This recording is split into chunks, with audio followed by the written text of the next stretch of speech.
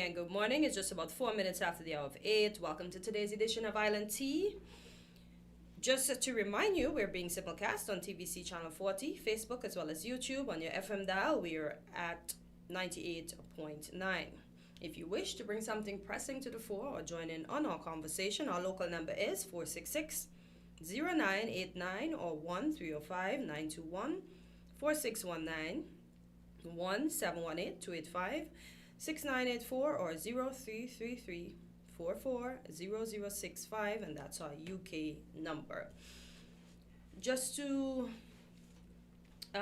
give a little shout out to our usual listeners. Good morning, Skeeta, Schneid, Carla, Astafan, Mr. McMahon. I hope you noticed the shades. Gavin Freights, Beatrice Richardson, Javon and Dennis in NY, Miss White, Miss Nisbet Richards, my mom, Calvin Burke, Rusty, Charmel, Burl Jones, Carrie Ann, Greg, Dave Livingstone, Chev, Mishi, Colin, Annette Frank, Eric Duport, Roberto Chapman, Gillette Duport, Lyndon Williams, Miss Margaret, that's Troy's mommy, Mr. and Mrs. Isaac, Fidel Boxer, Edith Bradley, Tyrone and Anguilla, Ewan over there in the UK, Mr. Coffee, Trent, Jowly over there in Florida, and everyone else that listens in every day. Cleo, let me not forget Cleo.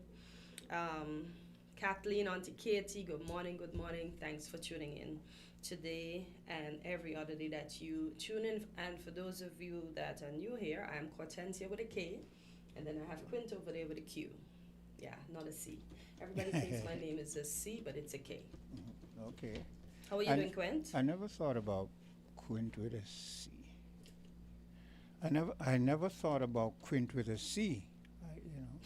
No, you're Quint with a Q. Okay. I'm fine. And you?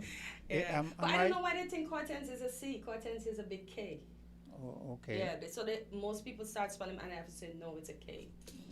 So Cortense with a K and Quint with a Q. Huh? Am I seeing right? Is there one glass missing out of No, you have to understand. Quint with a Q. My frames never have glasses in them. That's how I buy them. Mm. Yeah, so that's these how are you actually buy them? Huh? That's how you actually bought them? Yes. All of them that I have, the only one I have that is the Happy New Year, that's the only one that have lens, but all of these, there are no lens in it. Okay. Yeah, it's just the decoration around the eyes, but they never come with lens. Yeah. So I have a few, as you would have noticed. I'm counting. Every morning I come and I look at Quint, I give him this big smile. So I can notice my glasses. Yeah. So today we're paying homage to Santa Claus. I had on some yesterday at work, and there were snowflakes. So you changed what you had when you were here? Mm-hmm. Because I think when you were here it had a big hat, green hat. I had I had the elf with the little green hat. Yes. Yeah, with the bell. Yeah. Okay. Hello, caller. Good morning. I can't hear the caller. It's low. It's for the caller to speak. Hello, caller. Quint, I can't hear you. Good morning to everybody. Good morning to everybody. Okay, good morning. How are you doing today? Yes. I'm blessed in Jesus' name. Thank God for everything. And greetings once more in Jesus Christ's name, the only Savior of sinners, from the sins and from hell, by the gospel only, through faith only, according to the Bible only, and Jesus, the second person of the eternal Trinity. Now, I would like to say something that I wanted to say for the longest while, but I kept forgetting it. But Quinn said something yesterday that triggered that memory, and I would like to speak about it now. It's contrary to what Quint had said yesterday, really. Christianity is responsible for the birth of what we call today modern science. Modern science came about because of how men who profess to be Christians, because of how they studied the Bible and that sort of stuff, especially after the Reformation period. And what is called the Dark Period was actually a time of great advancement in scientific studies and that sort of stuff, universities, that sort of stuff. So the so-called dark ages were not really dark. There were actually time of great modern scientific leap and leap in other areas of knowledge as well by Christian men because of how they studied the Bible in the historical, grammatical way of studying the Bible. Even Galileo is often mentioned. Oh, the church suppressed science because look at what it did to Galileo. Now, Galileo, first of all, was a man who professed to be Christian. He professed to believe in the Bible, following the Bible, that sort of stuff. And Galileo would have given credit, I'm sure he did, that what knowledge he got, credited it to Jesus Christ, to God Almighty, because he was a strong professor in Christianity and a churchman. Now, the arrest of Galileo was not really because of him saying that everything revolved around the sun. Really and truly, the arrest of Galileo was because of some personal issues between he and the Pope, and he said certain things, and he was arrested. But people have it because, he said that everything revolved around the sun, and many churchmen at the time agreed with him. Not only that, and another issue concerning science and the Bible. The church never thought that the earth was flat. Churchmen thought that the earth was round. I mean, maybe way back you might have had one or two exceptions. I'm talking about way back, almost 2,000 years ago. You might have had one or two or so churchmen probably thought that the earth was flat. But the overwhelming vast majority of church leaders and that sort of stuff thought that the earth was spherical, not flat, as many people are led to believe today. No, I'm not saying, do not get me wrong, I'm not saying that in other civilizations and that sort of where Christianity didn't take hold, that they did not make scientific discoveries and that sort of stuff. Yes, they did. You know, in Egypt, Assyria, Mesopotamia, and other areas, yes, we do have scientific advances that were made in non-Christian civilization. But where the systematic formulation of science and where modern science is concerned, that is mostly in part. Well, I shouldn't even say mostly in part. Basically, almost 100% was birthed by the teachings of the Bible. And so we do have Christianity, like I said, through the teachings of the Bible was really the impetus for the great growth and that sort of stuff in many different areas of knowledge, including science. As a matter of fact, the greatest scientist ever, Isaac Newton,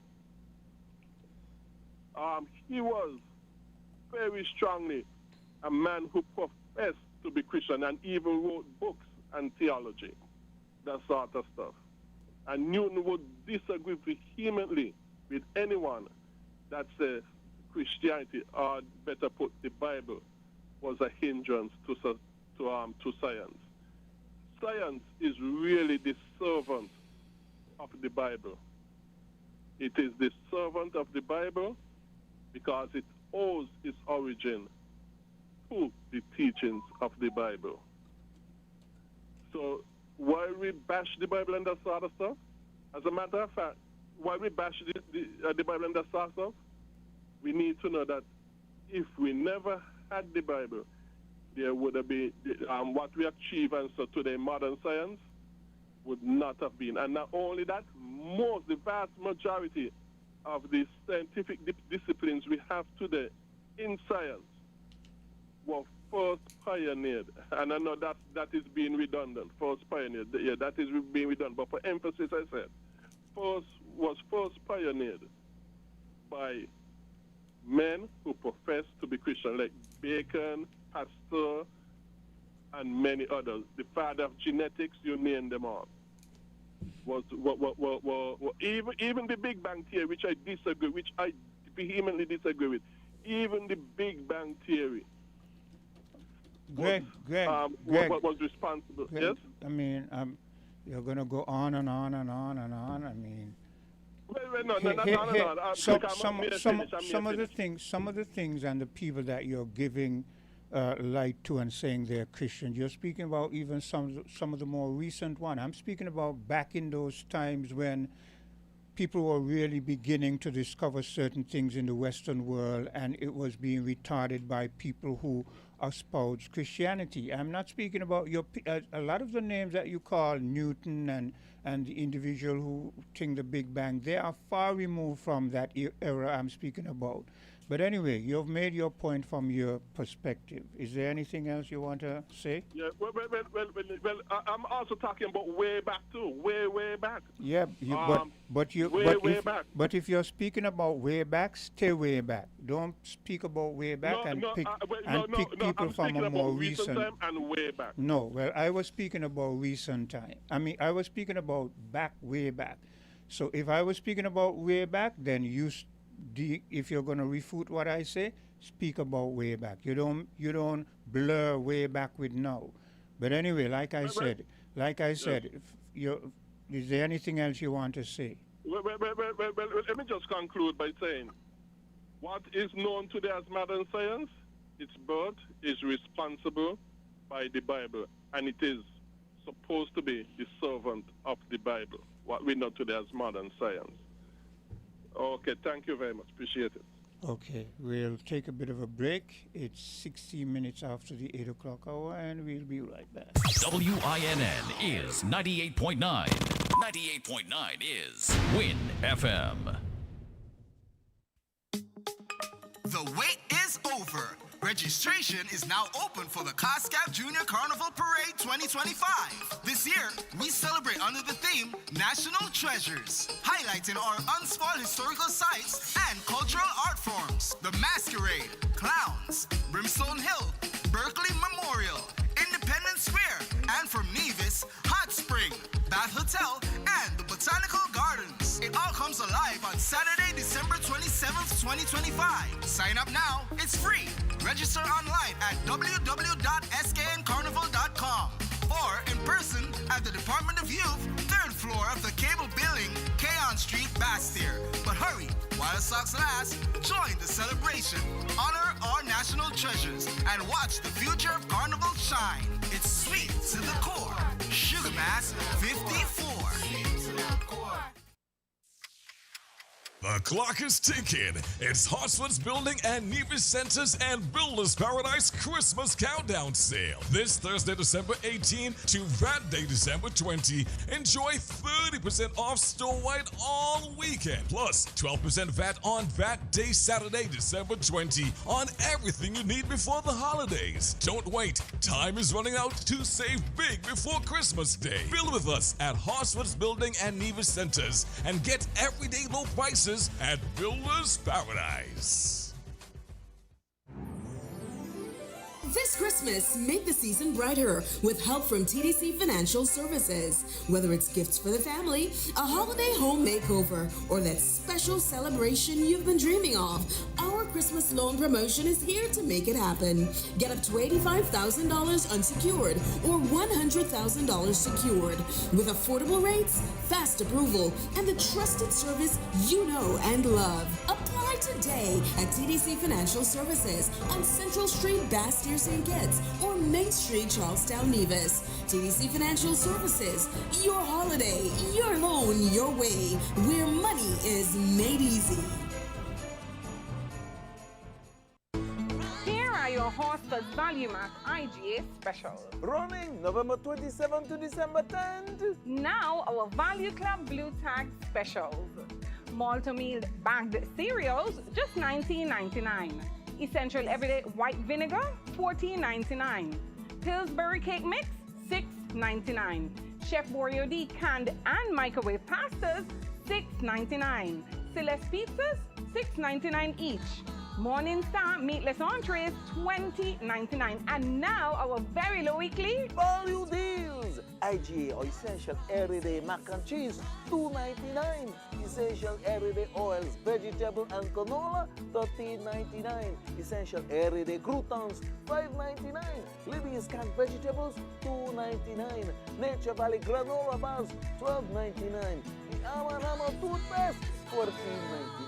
Shop Smart, Shop Value Mart, tell them in Spanish. sea listo y haga sus compras aquí en Value Mart.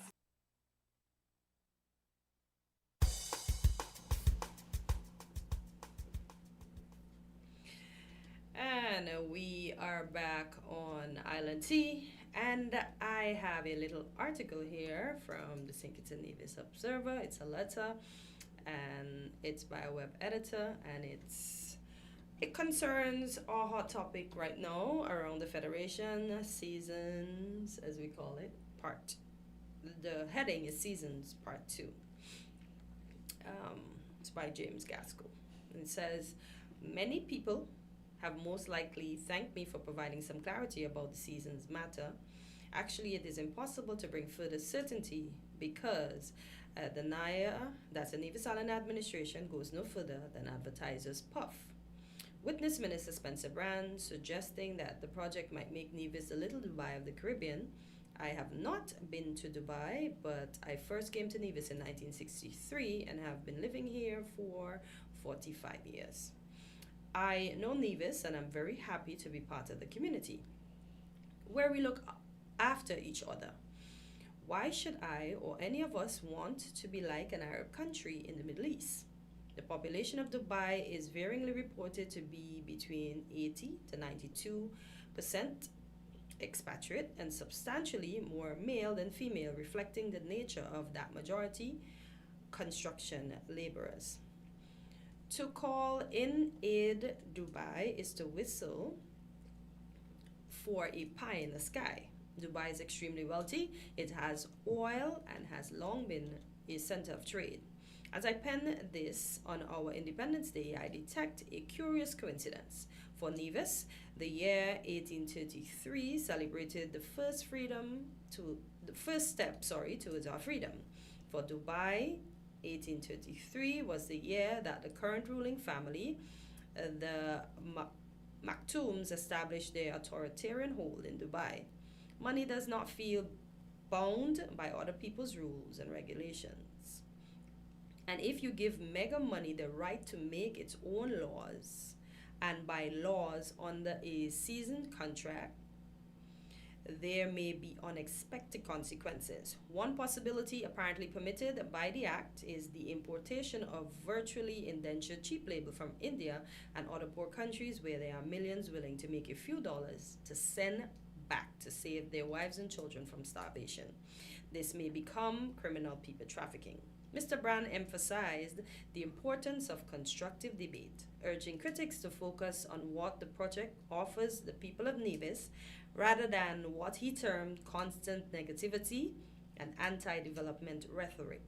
Sorry, but we cannot have that debate, which must happen until you have provided the people with a written copy of the draft development agreement, the identities of the investors, and some semblance of a business plan, reports of reputable economic consultants, and details of finance needed and available, as required by the Act. The sooner, the better for everyone's sake. We are in limbo, and we all need to know on the merits whether we should support this scheme or not, whether to condemn our leaders for their ability to attract massive our leaders for their ability to attract massive investment beneficial to all of us, or to condemn them for attempting so repetitiously to sell us out, or something in between. Perhaps more fundamentally, the powers planned to be devolved to crypto bros are very broad, to the point where their very legality is surely in question. Our libertarian crypto-funded people went to Honduras in about 2012 to see if they could set up their version of a state within a state. They persuaded the government to cooperate. The equivalent of our season is the ZEDE in Honduras. The two have many features in common. The ZEDE made arbitration on the CAFTA DR the agreed forum for resolution of disputes, not the Honduras courts. The ZEDE and Season, that's the SSE, are cousins. They have the same aims. I would presume that Crypto Bros drafted both sets of legislation, tailoring them to the respective local constitutions. We are not a member of the CAFTA-DR, but we do belong to the WTO. If the agreement with our Crypto Bros ever comes to light, expect to find that the PM and the Premier have signed up for the WTO arbitration in Washington to settle dispute between the parties. Things can go wrong. Honduras is in grave trouble. Their Supreme Court declares these zones unconstitutional, and a new government repealed the law. So Honduras is now being sued for $10.8 billion. Some want to charge the public officials with treason. I doubt if that latter has merit, but apparently the damage case is serious. The St. Kitts and Nevis Constitution surely did not envisage that part of Nevis could be sold off and become virtually a self-governing entity where the laws of Nevis do not apply. This was the thinking which prompted the Honduras Supreme Court to strike down the equivalent regime with retrospective effect. Both the Nevis Island administration and investors would presumably wish for legal certainty, so the court should be asked to declare in advance the legality or illegality of what is being proposed. Otherwise, the Premier might be liable in his personal capacity. The Nevis Island administration, and perhaps even the people of Nevis, might also be held financially to account for any losses suffered by Crypto Brothers. It's a very lengthy article. I won't go on, but we'll just stop there for now. Yeah. Well, and that is a Caucasian individual. Yeah. An Asian white man who has been, and he doesn't see the merit in it, and he's also calling it a pie in the sky. Any logical thinking person with the capability of analysis, observance, listening, and analysis will come to that conclusion. Yeah, and to have to pay $10.8 billion, where are we getting that from? If that becomes our case. Caller, good morning. You're live on Island T. Good rising, Cortencia, and rising Quint, and good rising to the listeners. Cortencia, I see that you're all dressed up with your extra goggles on your eyes for the season. Yes. Guys, follow me this morning. I want to speak about language and culture.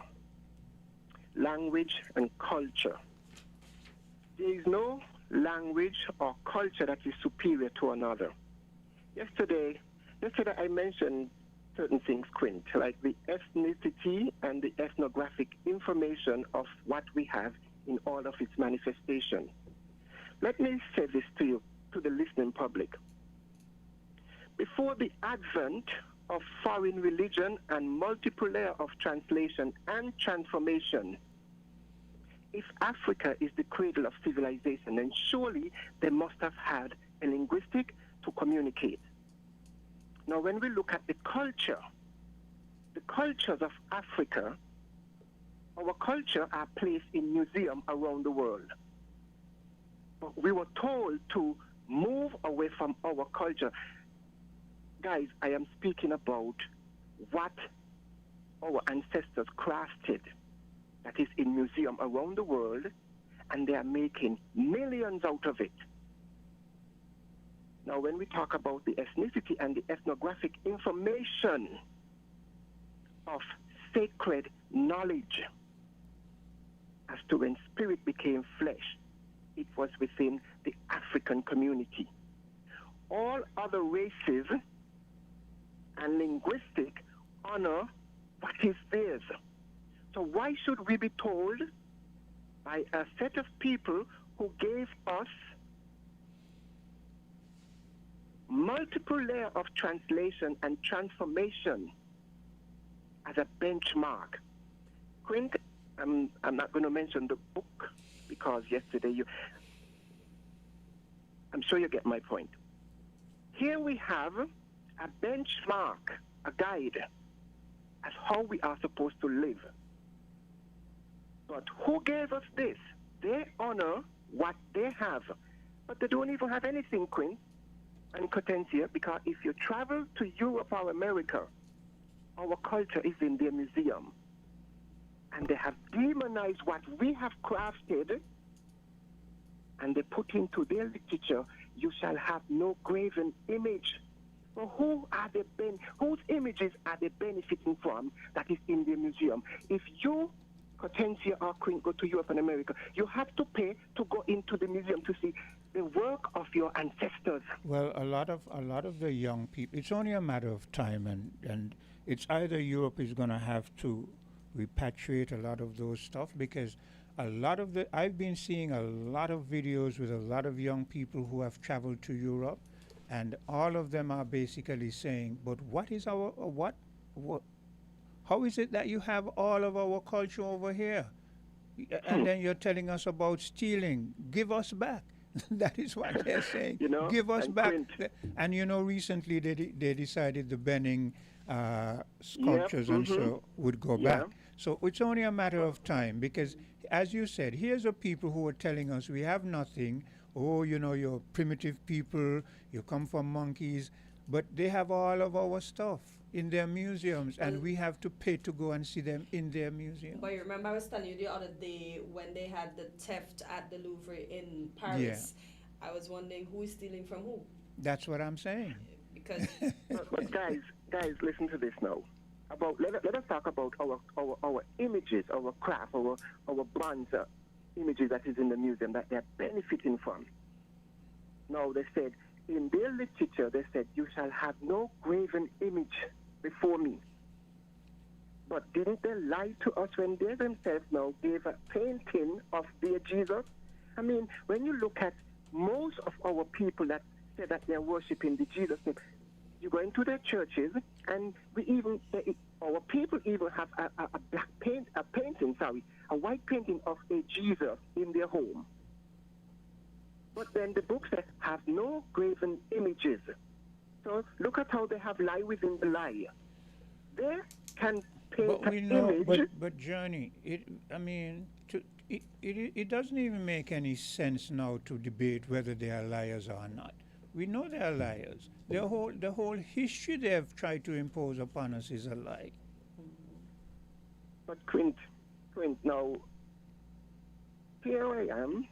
This is my journey here now, recognizing all that was stripped from us. Our culture, our our language, our names were taken from us. And what we have is what was imposed upon us through genocide and atrocity. Because a people that is disconnected from their ancestors become easy to control. When you go down to what is in the literature of the book that our Greg and our Christian community relates to. Now, follow me on this, guys. And I mentioned this yesterday, but just bear with me for a minute. Deuteronomy, Cotencia, take note. Deuteronomy 32, verse 8 and 9. The Most High distributed the inheritance of the land to the children of Adam. The Most High, not God. Because in that text in Deuteronomy 32, the Most High is not the God of the biblical narrative. Because if the Most High distributed the land to the sons of Noah, and Israel became this, and Asia became there, and Europe became there, well, what becomes to Africa? And not only that, When you look at the resources that is in the continent of Africa, then you beg the question, well, who is the God for the Africans that gave all those resources that the outside world today are benefiting from and keeping Africans in a state of poverty? Yeah, but Are you following my train here? I'm following you, but even though I agree with you the most, I still feel Africans are to blame for the state of where they're in. I understand. Quinn, and give me a minute here. Now, when we say Africans are to be blamed, yes, we have a system that was imposed on us through fear, because when they came, they didn't just come with alcohol, they came with gunpowder. Our ancestors were with bows and arrows and maybe sword, if you will. And for those of us who say that our ancestors sold us, Quint, Africa, with the landmass that it is, here's why we have tribes. Now, because of those gunpowder, but our ancestors didn't put up resistance. Journey, I don't want us to. I want us, whenever we're bringing a history, to be honest. I'm not saying you're being dishonest, but here's what I want. I understand what you're saying about they came with a gunpowder. That is factual.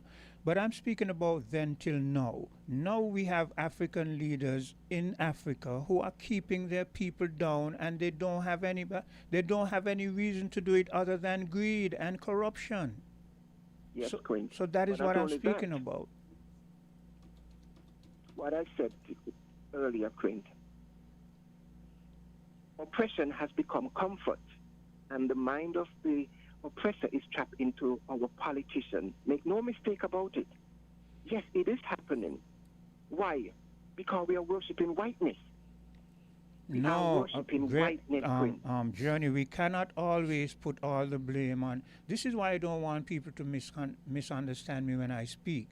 I blame the white person up to a certain extent, but at what point do we take responsibility?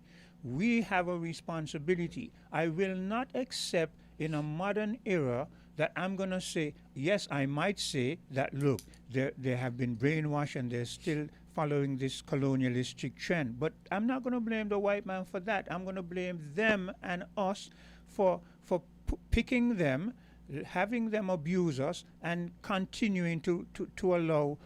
We move one, we put in another one, and they're following the same trend. Unless we do that, we're going to, 100 years from now, 400 years from now, we're going to still be saying the same thing. And I don't want us to be, and I'm sure neither do you. Well, Quinn, let me say this, right? Now, I'm sure you are aware of some of the president in the continent of Africa and their age. Looking at all these men, right? And their age in this modern day. Look at this president that is ruling the countries in Africa. Now you see the contrast here. Now what is happening in the Sahel region? There's where the future of Africa lies. But yet, yes, Quint, I feel what you're saying. Our leaders, our politicians in the continent and in the Caribbean are to be blamed. Because like I said, here we are still going along to get along. Because we are not knowledgeable. And you see that statement, and you see that statement you make about going along. That is such a brilliant statement that I've adopted it myself. And when you make that statement, going along to get along, then having made that statement, we cannot then try to roll it back and blame the white man for everything, because that statement says that instead of going along to get along, you need to sometimes stand up and defend something. But not only that, Quint, I have said we are fragmented, we are divided by that same system. And in as much as we are asking for unity, Quint, our unity has to come with knowledge of self. We have to know who were before us and what evidence was left on the continent of Africa, and by whom. Without our ancestors, Queen, there would not have been us. We are our ancestors. The clarion call has been sounded. What is happening right now globally, Quinn, is a spiritual awakening for Africa, being the youngest continent now, with the youth and what is going on in the Sahel region. That's why Journey is saying, let us raise our vibration with what is happening in the Sahel region. They have divided us, and it has worked for them.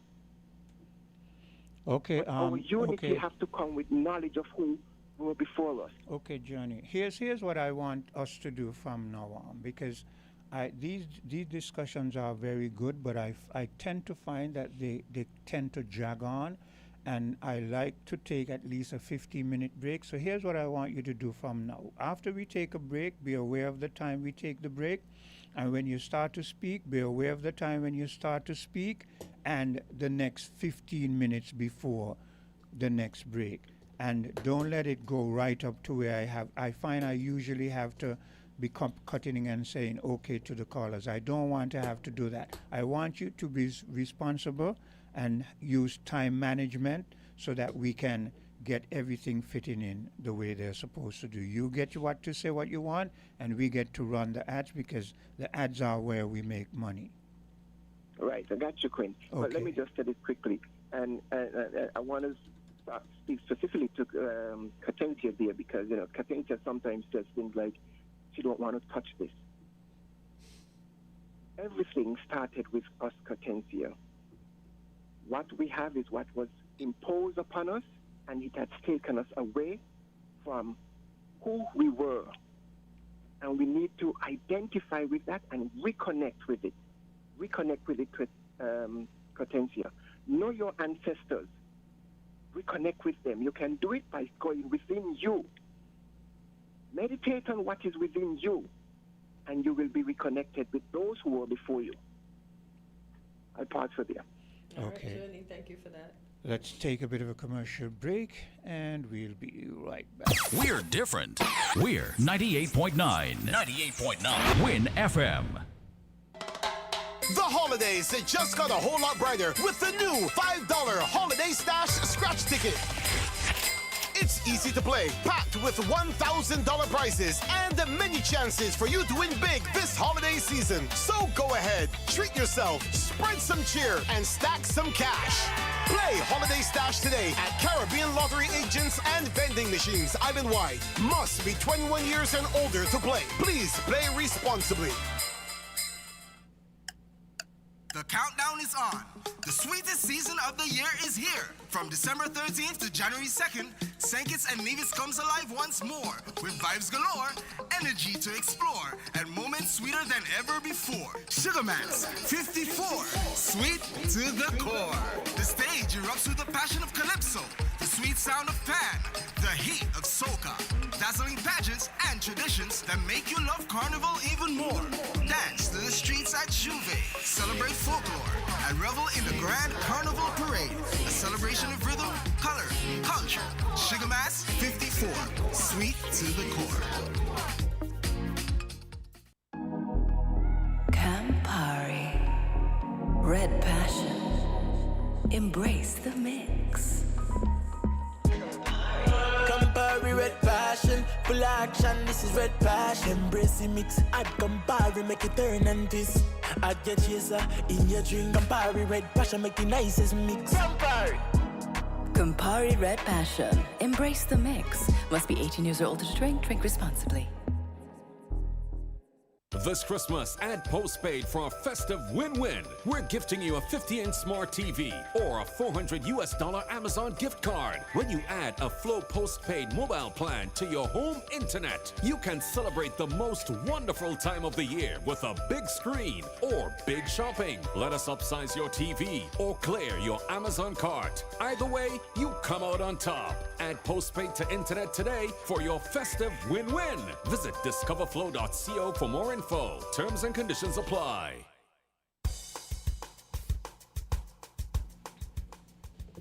It's just about 43 minutes after the hour of 8. Welcome back to Island Tea. And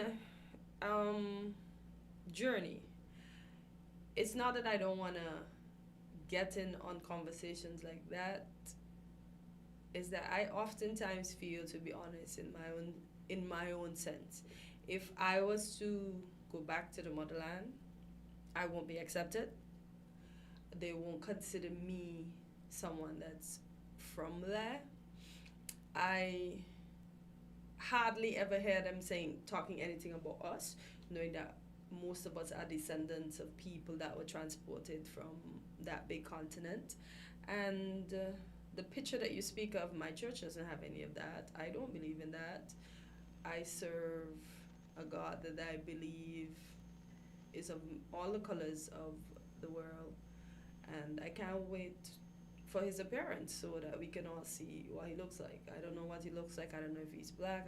They say the Bible describes him as his hair being of wool. I can only imagine, but I don't know what he looks like, and I'm not going to put an image to him. But it's not that I don't want to join in on the conversation. It's that I just feel that we won't be accepted if we were to go there. That's just my feeling. And we have a caller. Caller, go ahead, please. Good morning, good morning, good morning, good morning. Okay, morning, bright lady. How are you? Man, great is the Lord, and greatly to be praised. Amen. Good morning, Johnny. Don't call me name on the radio. Just call me and want to have monologue, you know. He's just messing with you. Now, well, I want to address two matters.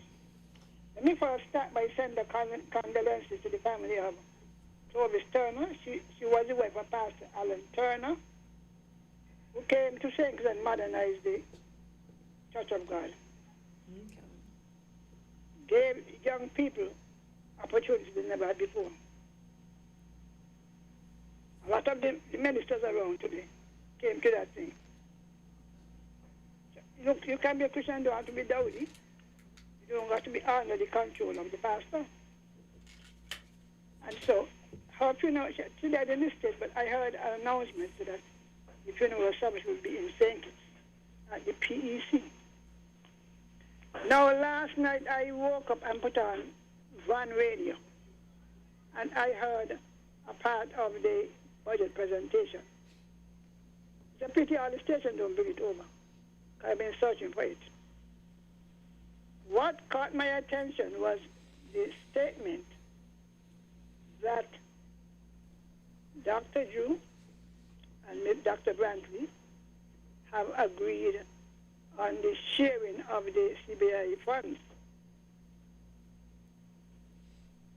He said it will be as in the Constitution, Pareto and population.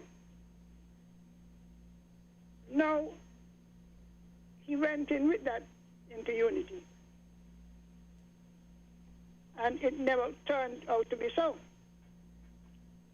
The complaint made by some people that it wasn't put into law and it wasn't signed.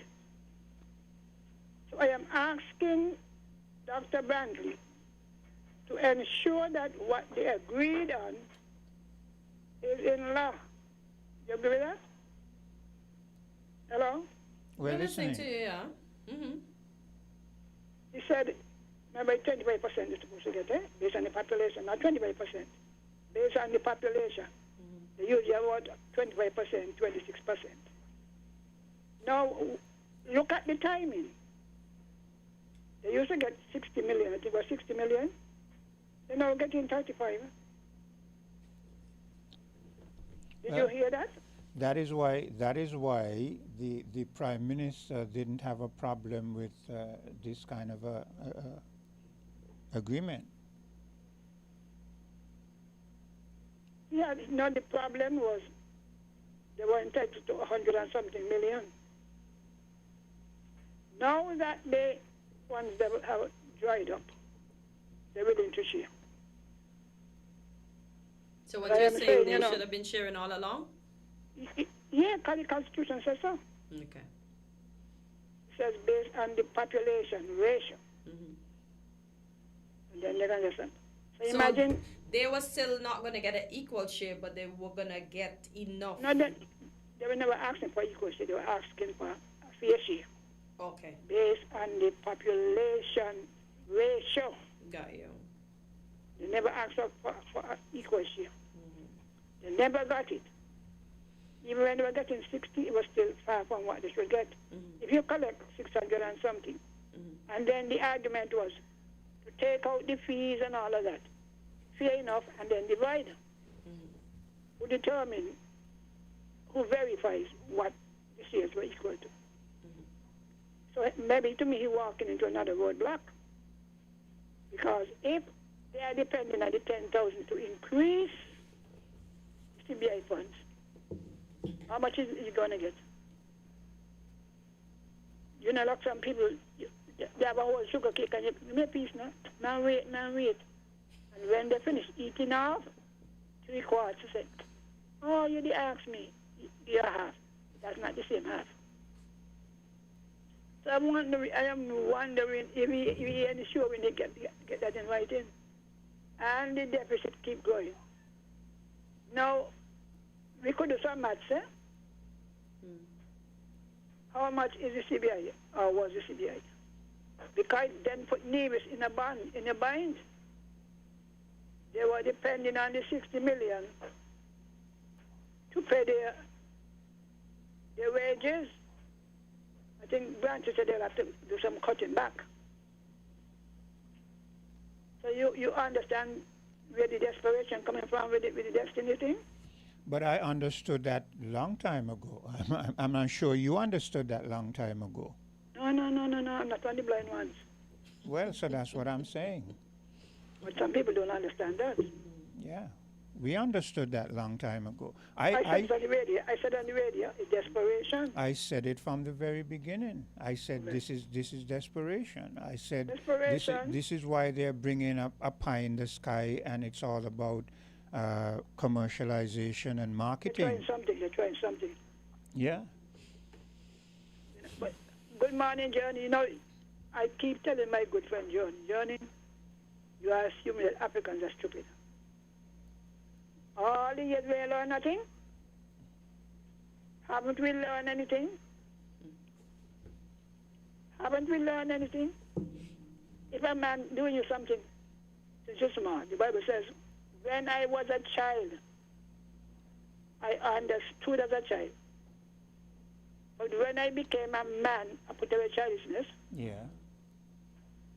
You can't assume that all black people and if somebody, I don't come off now. If you lend me $5, right? Quinta can give back my mountain. Mountain come and you ain't going back to come some kind of lame excuse. You come back again. Will you go to a whole year doing the same thing? No. That's why Africans had to even fight to get their own independence. Yeah. If they were so stupid as we as assume, and look, there's a point at which you change. You know, I admire you, you know. Quint. You know, but I can say God bless you, yeah? Don't lose faith in God, you hear me? Not at all. No, they could talk how much as they want. Have all the gods they want. God belongs to Africa. Africa belongs to God. And fight that wars, that to fight. They didn't just, nobody handed them the independence. None of the colonial countries. They tried to fight and we're holding on. But as the younger ones come to say, boy, no, this is our country, they travel to, you know? Yeah. And people still got this thing on the ancestors, darling. Every African country has a capital that look like New York. Yeah. But Miss Henry, just a question. You think if we were to go there now, you think they would accept us? Because I don't feel like I'd be glad to. They're more than glad to. We don't go and take a beggar. And we're not going to be a burden to them. That is a good point, because that is one of the reasons why we're accepted, the Caribbean people are accepted in the U.S. easily and other places, because we're well educated and we bring something to them. And if we go back, see, what we don't want, Cartens, is that everybody gets this notion in their head that all of the Africans have something against us as a Caribbean people. That is not true. And I'm not saying that, but I just don't hear them tout us as much as we tout them. Maybe because some of them, the leaders know, but some of them don't know. And look, every country has their limitations, you know. Yeah. You and understand? if you reach to regard nuclear power for war, and you don't have none yet, you're going to, unless you name David, you're going to a battle with your stone and your stick. Yeah. That is why Marcus Garvey, after the high, you can see that line. Marcus Garvey condemned Haile Selassie. He said, "Boy, you think this guy you ain't a God? You want to tell me all the time you there, you ain't arm your people? So the intelligence can come with this and that, and they're going to fight with stick answer? So imagine you take up your family, carry them to London, living among the royalties, and your people out there trying to survive. Selassie's God, you're not God. He said, look, you better shut your prayer book and go arm your people. So Africans are not as stupid as we sound. And as us, we know our roots. Whether you're half white, 3/4 white. That is why our people progress. We provide education or whatever. We can't, look, you know, Quint, I'm proud of you. Let me tell you in case you don't know. Well, thank you. I'm proud of you yeah, too. You could manfully say, when I was a child, act like a child.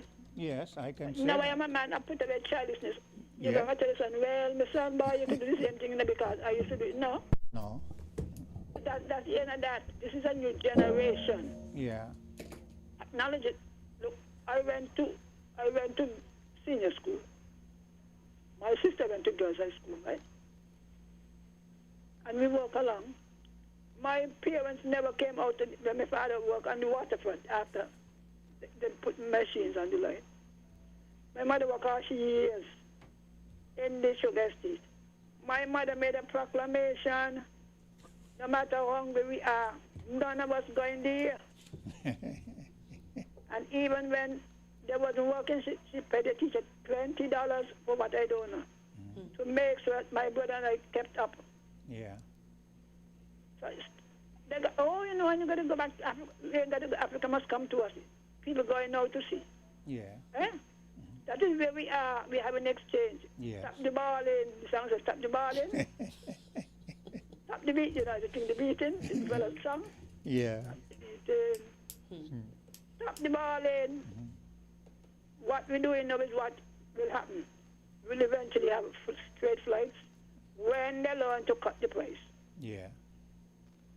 But, you know, they do us past tense. Our children will come and do them. Yeah. All right then. Okay.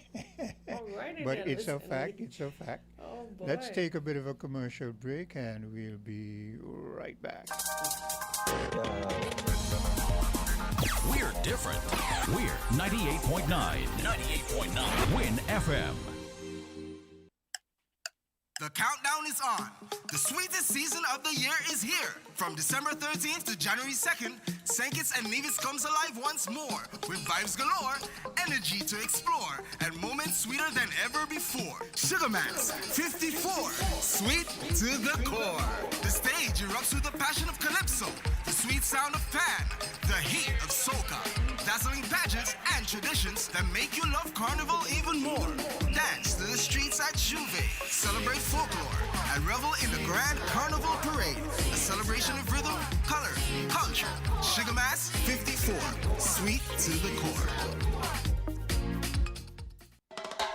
The holidays just got a whole lot brighter with the new $5 Holiday Stash Scratch Ticket. It's easy to play, packed with $1,000 prizes and many chances for you to win big this holiday season. So go ahead, treat yourself, spread some cheer, and stack some cash. Play Holiday Stash today at Caribbean Lottery agents and vending machines island-wide. Must be 21 years and older to play. Please play responsibly.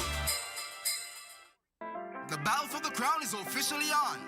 Sugar Mass 54 presents the Republic Bank Miss Teen St. Kitts and Nevis pageant. On Saturday, December 13th at 7 p.m., all eyes turn to the Water Park Cricket Stadium as 8 brilliant young queens step forward to represent their schools with pride, purpose, and poise. Cheer for Kimaya McDonald of Keon High, Tatiana Archer of the Immaculate Conception Catholic School, Kamira Williams of Virchow's High, Kaylin Brown of the Charles E. Mills Secondary School, Joel Nisbet of the Dr. Denzel L. Douglas Secondary School, Galia Philtu of the Baxter High School, Kato Rollins of the Washington Archibald High School, and Selena Alwani of Sky Academy. One stage, one crown, one unforgettable night as these rising stars bring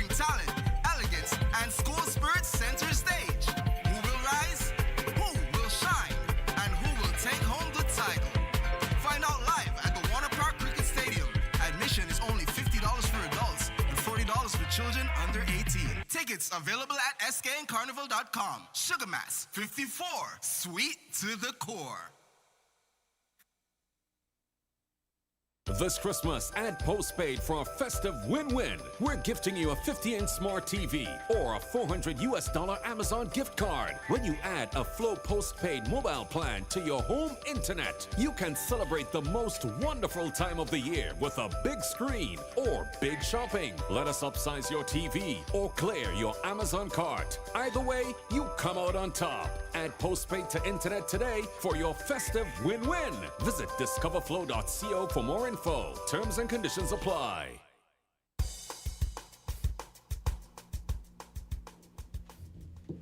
And we're back on Island Tea. It's just about 9 a.m. And as we continue along, we see that we're having visits between ourselves here in the Federation and with Africa, specifically Nigeria. Now, we hear about them wanting to trade and do whatever as it pertains to, should I say mixing economies, would that be the right word, or should I say? Well, you could say that integrating. Okay, integrating economies. Yeah. But what do we have to ship back to them? Well, it's not so much. What I think our leaders should be doing is trying to make sure that we keep a link, get a link and keep a link with Africa, because Africa has so much in terms of resources and different things and so forth. Africa is developing its own internet, its own banking system and so forth. So this way we will be able to move away from the hegemony of the West. For instance, a female caller was speaking yesterday to the fact that she heard that she was asking me, but I couldn't say factually whether some of our monies was being withheld because we didn't conform to something, whatever. And I said to her, I would not expect that shouldn't happen or couldn't happen, because if they can seize Russia's money, who are we? So when the West decides to do these kind of things and say, if you're going to get a grant or you're going to get aid from us, you have to sign up. We don't have to follow them, no. You understand? Because they depend on Africa for most all that they get. So if we link with Africa, knowing our roots and that, you understand, it makes it easier for us in terms of commerce and banking and that. And it's already happening, because the Brits now, the Brit system is way ahead of, I can't remember what their system is named, right? But hello, caller. Oh, sorry. Yes, I'm calling. No, I want to be as quick as possible. Okay, concerning something. No, for what I said in my first call, anybody who want to follow up,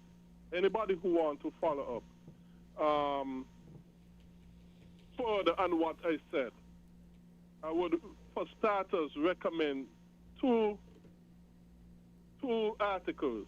For starters, I would recommend the first article is called "The Biblical Roots of Modern Science," and the subtitle is "A Christian Worldview Was Essential for the Rise of Modern Science," and it is written by Dr. Jonathan Safati, Sarfati.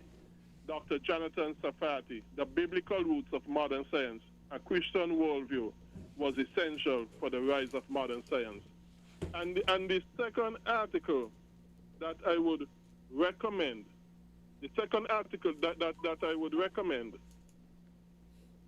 it is called "Christianity, Islam, and Science. Was Modern Science Birthed by Islam?" Subtitle was "Modern Science Birthed by Islam." It is written by Andrew Lamb. Andrew Lamb, Lamb. Yes, "Christianity, Islam, and Science. Was Modern Science Birthed by Islam?" by Andrew Lamb.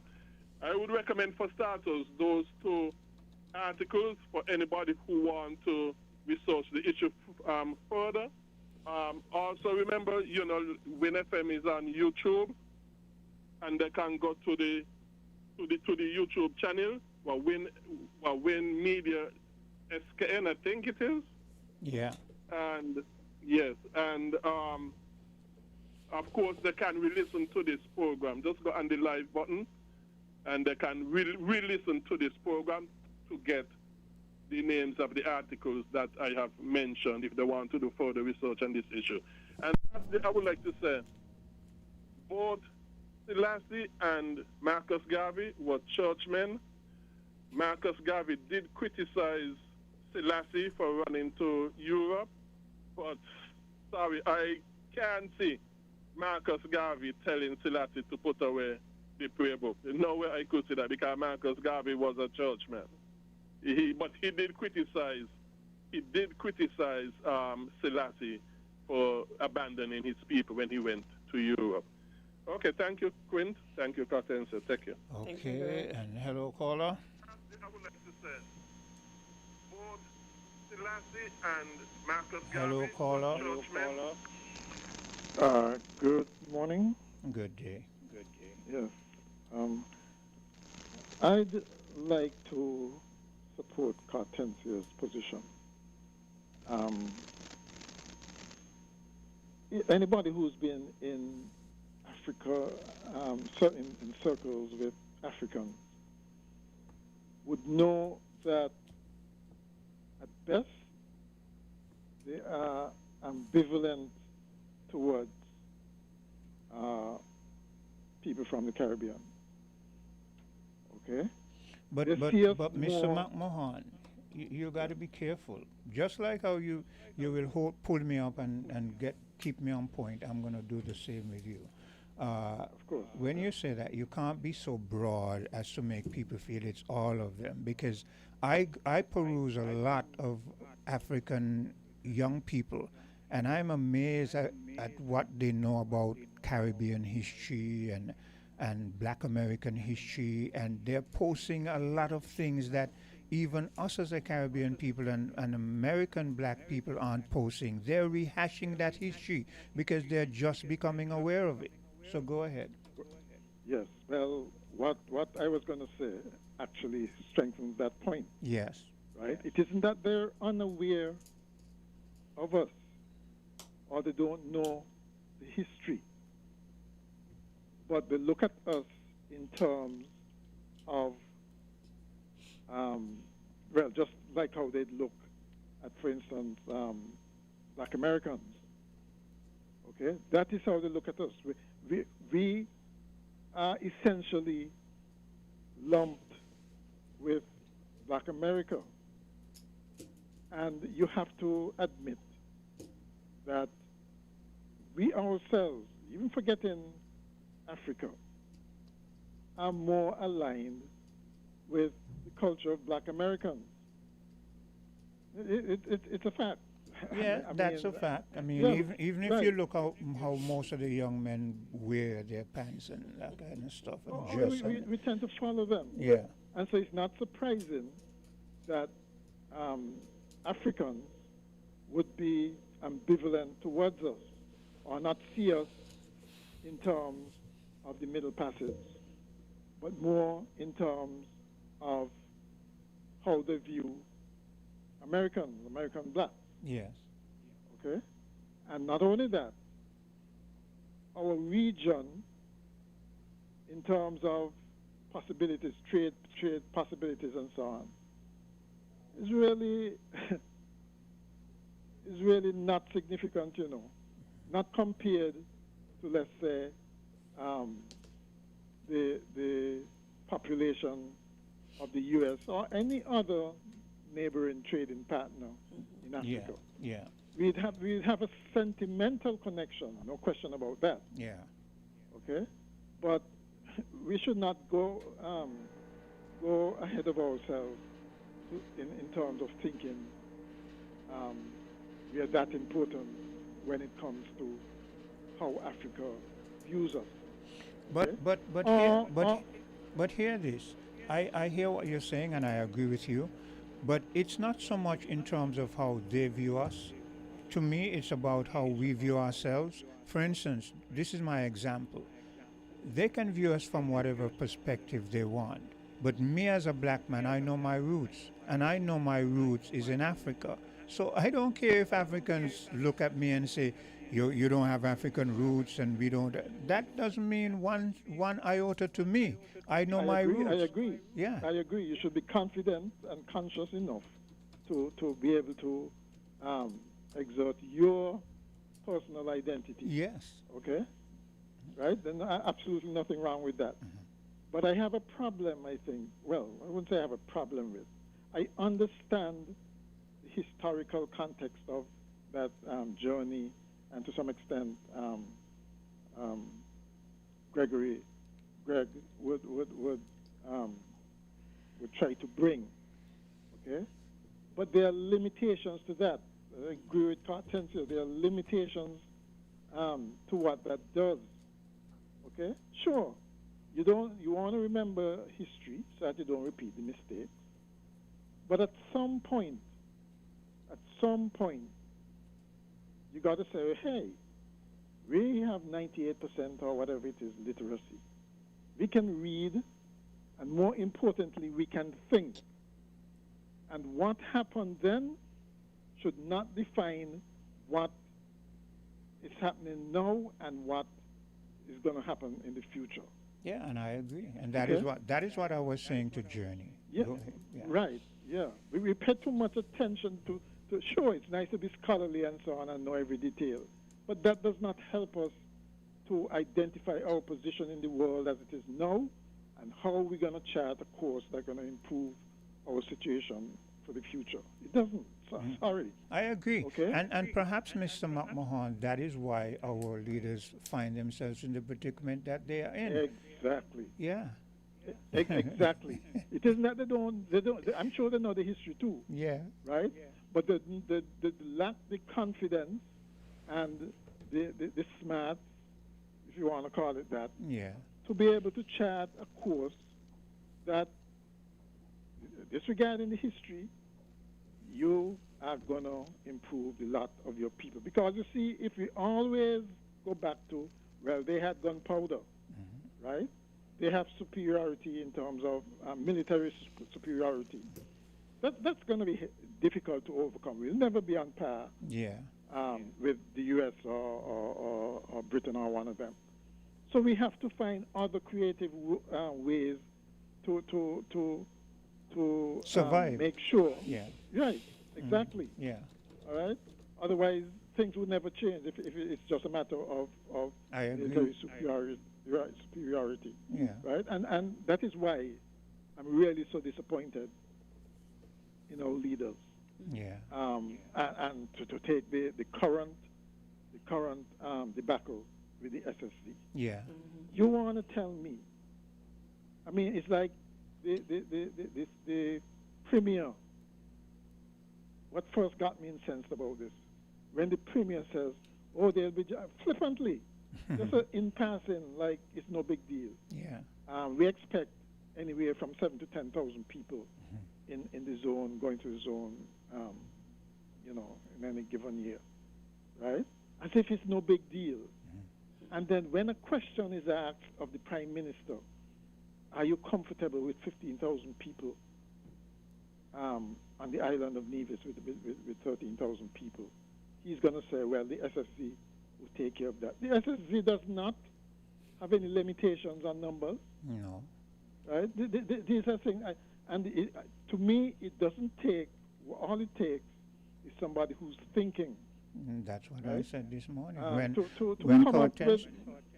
Cortensa read that clip from the white individual who has been living in Nevis and has a link with Nevis to the extent that he writes an article and says he does not see the merit in this, that is what I said. What you're just saying now. Yeah, I mean, it befuddles me as to why somebody like Mark Brantley and Prime Minister Drew would be thinking in terms of things like that being no big deal. Right? It used to really look. Astounded. It was puzzling me until recently when I heard the last phase of it, and then it didn't puzzle me anymore. Here's It's desperation again. It is desperation, but let me explain it this way. Our prime minister, when he got into power, he kept beating on this thing that we're putting all our eggs in one basket. We shouldn't be depending on the citizen by investment, right? So we were thinking that he would be thinking of ways to bring development other than just the CBI. So when Mark came with this thing, I was puzzled as to why the federal government bought into it. But the recent turnaround and full circle that it has now come down to where they would get their money from still winds up being the passport. But then I understood, because then it tells me that all you want to do is to sit down in your office and sign off on these things, and money is going to come, and you're not looking at what it's going to do to us as a people in the long run. You know, it's just like, I keep saying it, when that local businesswoman got up and said, I think the prime minister was there in that same forum that I heard her say, that the CBI has made us lazy, greedy, and corrupt. That's it. Okay, and that is what has happened. And this is why recently, correct me if I'm wrong, recently when the government lost in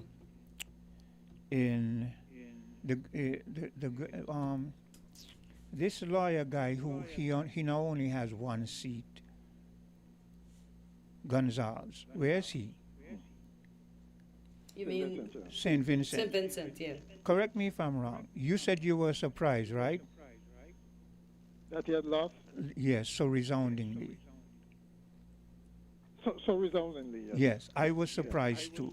And I make that point to say this. You see that individual who just got in?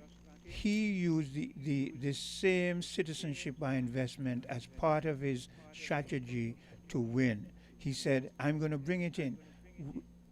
How do we know to what extent he will involve himself in it?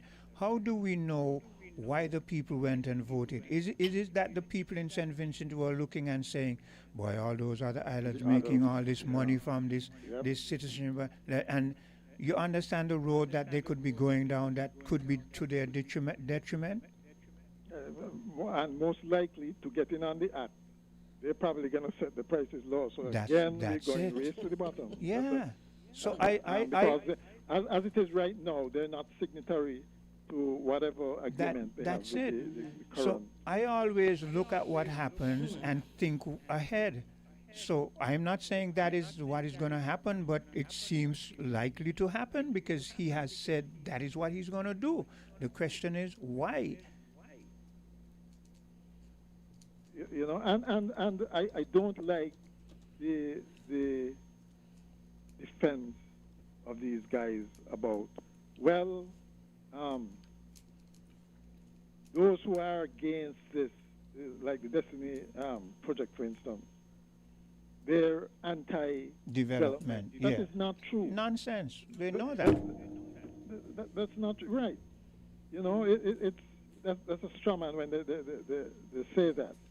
Okay, but it does not mean that we're so desperate that we take anything that is thrown at us, because that is how it feels like. Not the way only this guy Jensen is talking. Yeah. That is how it feels. It Not only first, he makes our leaders out to be liars. Yes. When they have to feel, they have to say, well, we're just knowing about the. And they deserve the treatment they get, because they should not have been defending them in the first place. They should have been representing us. Yep. Exactly. So now that you represented him and he chose you under the bus, don't expect sympathy from us.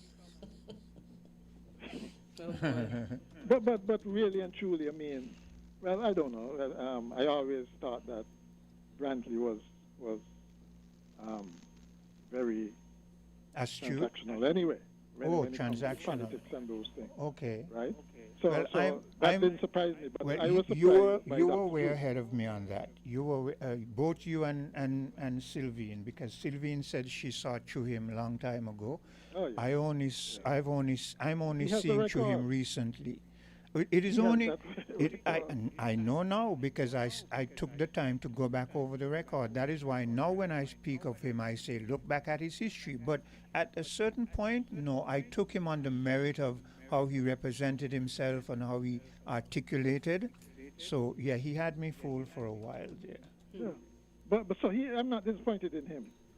I'm surprised by Dr. Drew because he struck me as a conscious individual, you know, well grounded at first. Yeah, I'm surprised by him. But this thing, how he's, I don't know, how his approach, you know, leave me kind of disappointed. The last one being this Fort Thomas Hotel thing. Yeah. I don't know how you could imagine, right, something like that splashed straight out of Asia on the landscape in St. Kitts. Yeah, especially Right? especially not only on the landscape of St. Kitts, you know, especially in that proximity. Yes, exactly. You know, it really befuddles me as to what it can't be just the seeing dollars, and so you know it blinds them to all the history, all the consciousness and so on that they had. Yeah. Huh? Well, I mean, do the right thing, man. That is not the way to go. That is not how you govern in an open, transparent, and accountable way, right? And then have the nerve to say that, well, the SSC would prevent, if we don't have the SSC, it's going to go back to how it was in the bad old days where, you know, a few men gather around in cabinet and decide what development we're going to have and so on. But then, if you really believe that there should be more democratization in terms of how these projects are rolled out and decided on, decision making, you'd think that you apply to other projects, right? Not just to SSC. Not only that, but so why are you going to come now with a Fort Thomas project like that and not take the advice of stakeholders and make it more open? Not only that, Mr. McMahon, just even on the merit of saying that the SSC is going to be what we revert back to as our savior. Why didn't you have consultation before with your people on it? Just that alone in itself brings up a big question. Well, worse than that. Remember, the developer himself said he wanted consultation before, and David shut it down. Yeah. Could you imagine that? Could you imagine that? You know, they're elected to look after our interests, right, and to report to us. Mm-hmm. And you're going to be saying, no, we can't tell them about this yet. Mm-hmm. Huh? I find that amazing. You know, I guess eventually, I don't know, it could be that there's so much opposition to it now, because that's another thing. They're claiming that, well, some people are silent on it, and so there's a silent majority that are for it, and the other side is claiming the opposite. Okay? But regardless, right, I still feel that in the final analysis, our people are literate, they can think, they may not be aware of all the ramifications and all the issues and controversy right now, but because they're distracted by, of course, the usual daily struggle of living, and of course the usual distractions around this time with Carnival and Christmas and so on. Okay, but at some point they are gonna have to go into the polling station and make a decision. And something like this is not going to be easy to forget. Yeah. Right? And they are going to have to ask themselves, really, is this what we want? Right? And hopefully then, you know, just like in the last 2 elections in the region, people speak loudly. Resoundingly, yeah. You know? Yeah. Okay. Okay then. Okay then. Thank you for your contribution. Yeah, we'll take a bit of a commercial break, and when we come back, Hortensia, I want you to touch that step thing that we spoke to, okay? All right, no problem. Okay. Found the sound 98.9 Win FM. The right time, right ride, right now at Horsefoot's Automotive. Buy now or reserve for VAT discount days, Friday, December 12th and Saturday, December 20th, and get our lowest rates ever. Plus, enjoy up to $17,000 on select models. No VAT and no down payment. Drive away with finance with Horsefoots and get free bill of sale, free servicing for 12 months, free registration, free tinting, and even free groceries or gas for 3 months. Because the right time is here for the right vehicle with the right deal right now. Visit Horsefoots Automotive right now. Drive smart. Drive Horsefoots. Terms and conditions apply.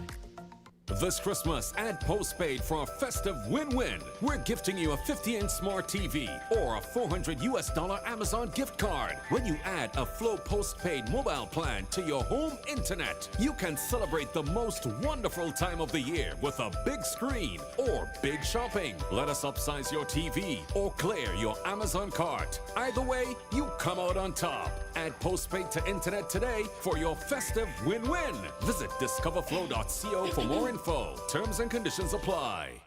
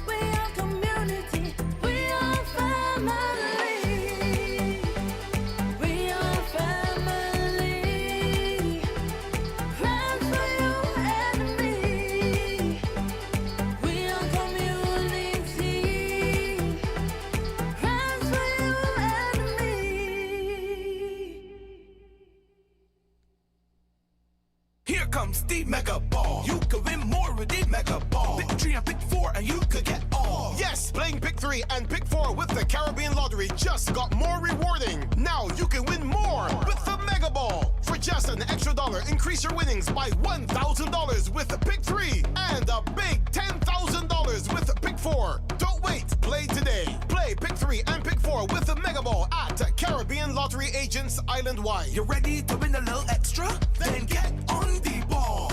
Must be 21 and over to play.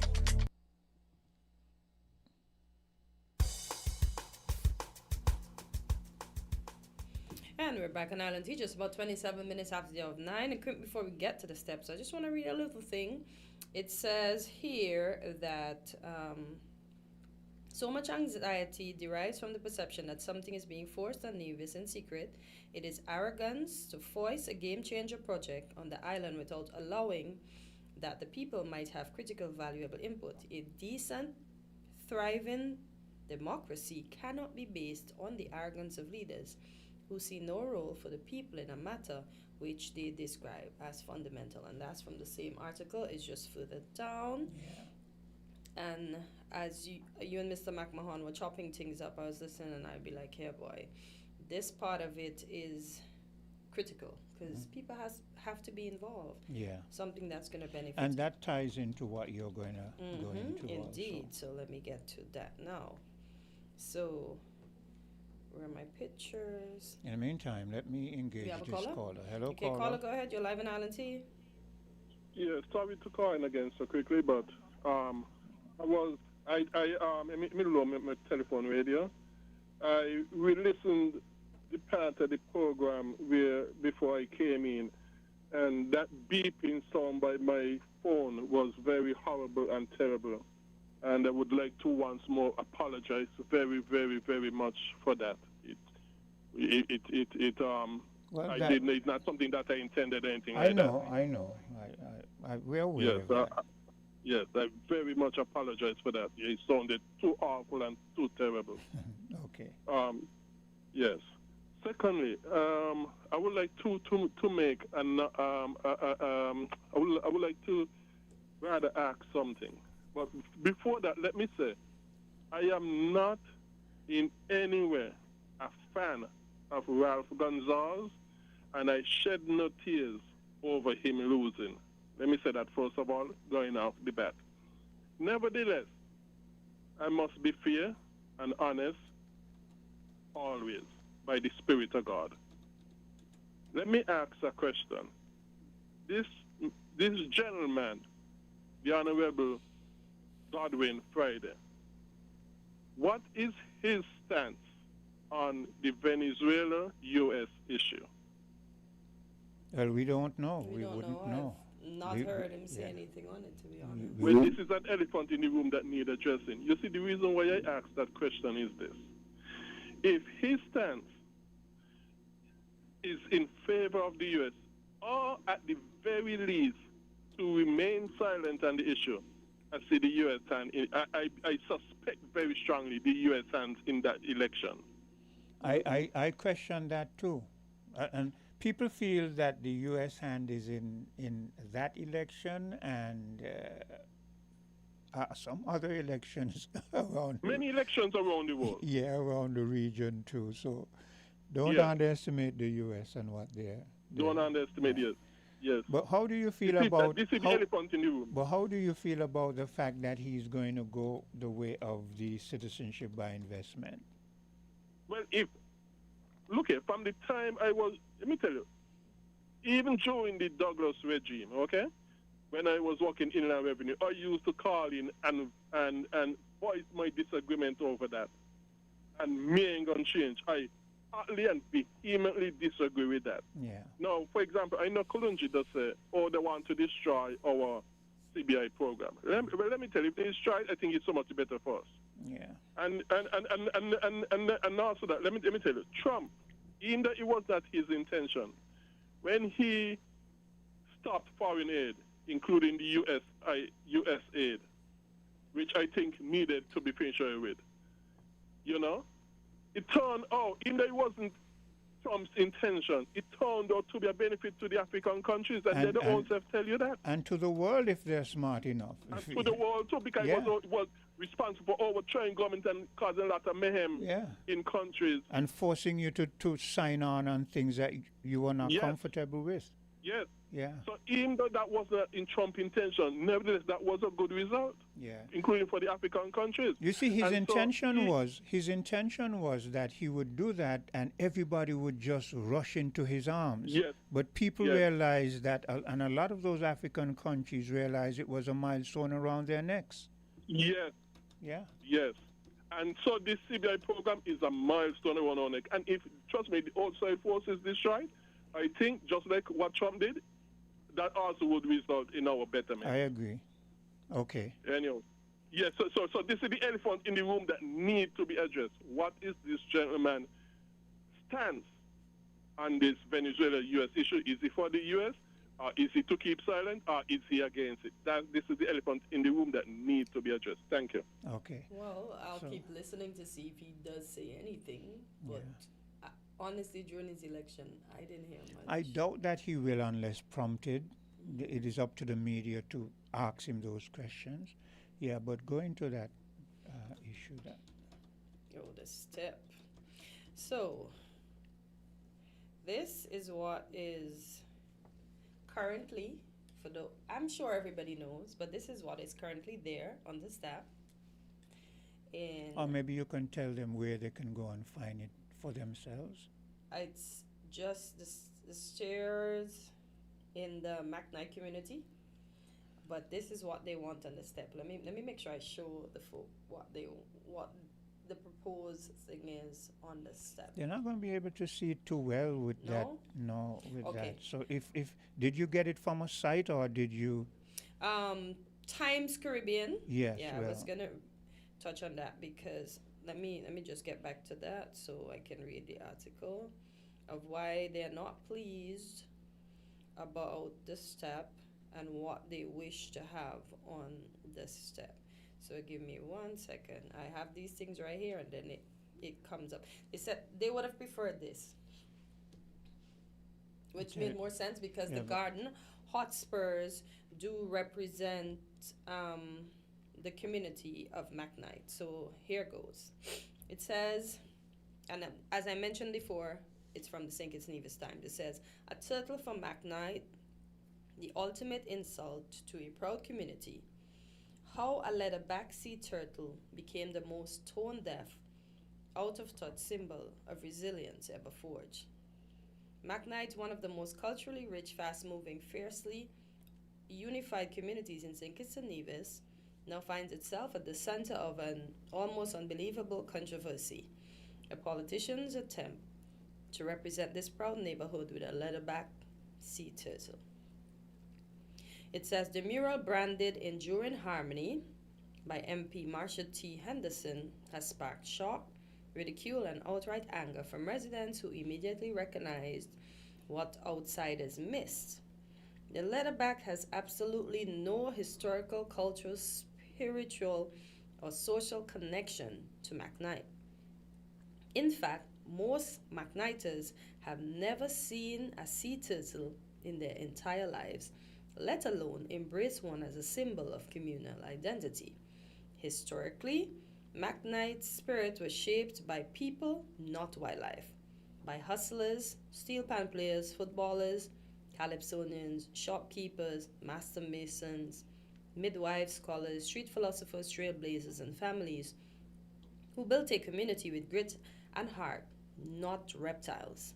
The leatherback turtle, meanwhile, represents qualities that are antithesis of McKnight's identity. Slowness on land, McKnight hustles. Withdrawal and swims fast from danger when life is threatened. McKnighters face the world head on. Zero urgency, McKnighters thrives on action. Zero dominance or pride, McKnight is bold, loud, and unashamedly proud.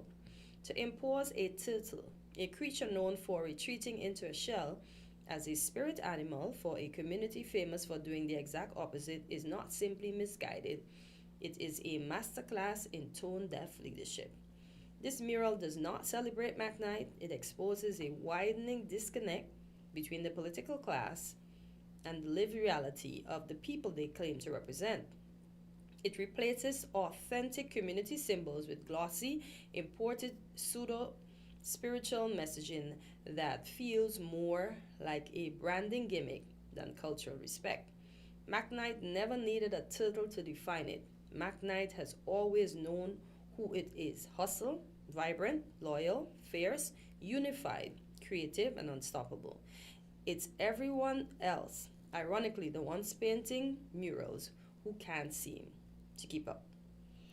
Yeah, so in a nutshell, that ties into what we were speaking about before, where I saw it because Cortensis showed me the picture, and when I saw it first, I said, yeah, it looks nice. But then when I understood what it was about and heard the counter representation, I agree with them. It is all well for you to come up with an idea, but why not consult the community about what they prefer? So this is where, again, I said it before and I reiterate, I don't pick on people. I like to see people, especially young people in positions of authority, thrive. Yeah. Right? But why is it that when things are going good, you just pick problems for yourself? Because all you had to do was consult with the McKnight community. Yeah, see You what they understand? would have liked and see there. what they want. Don't just impose something on them. And you see how they represent it? You see how they refute everything about the turtle? So if they were in a court, they would easily win the case because they say the turtle represents slowness, retreats in Being its a shells, coward. run away from danger and all that kind. So how is it you impose that on them? It shows you that they are thinking people. They know. Remember, I was born in McKnight, you know. Yeah, you told me that. Yeah. Even though I consider myself a Connery man because I grew up in Connery, Okay. but I can't dispute that I was born in McKnight. That is where, what is that lady name again? Can't remember her name right now, but she would remind me that she would say, "Quint, your neighbor's string berry in McKnight, you know." So Because as they say, midwives came from McKnight. you understand? Yeah. My neighbor's string is actually buried in McKnight. So I don't know. Yeah, and a lot of our big people in the communities today that holds prominent positions are from McKnight. Yeah. Yeah. Yeah. So consultation is necessary. I don't know if they had consultation. So Ms. Henderson, if you're listening and you need to Well, apparently there weren't because that is what the people are saying. They're no, but saying- I'm asking her if she's listening now. She can let us know if there was consultation and what was the end result of the conversation and why was the turtle chosen from their perspective, not from because the community doesn't want that reptile. Well. Yeah. Hello, caller. Yeah. Yes, Quint, you're exactly right. Right. I'm hoping there was, in fact, some kind of consultation. I mean, this is one of those things where it really should not have been no controversial thing. That's it. Okay, the community came together and decided, and somebody came with the idea, obviously, bring it to some kind of community setting, and the community can decide on this. It doesn't have to be a politician. You know, we don't have to put politics in everything. That's it. Okay, Yeah. because actually when I saw it first, right, I thought, hey, it looks good. That's what I thought too.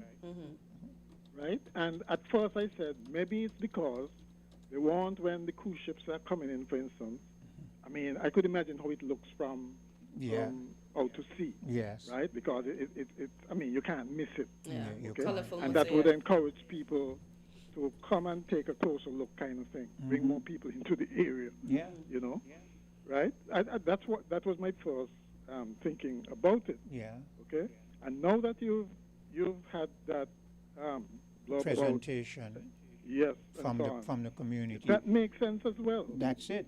And it makes more sense because it has a whole historical background in it. And for instance, let's say as good as the turtle looked, that would have been a better representation for a place like Keys. Exactly, where the letterbacks actually come out. Yeah.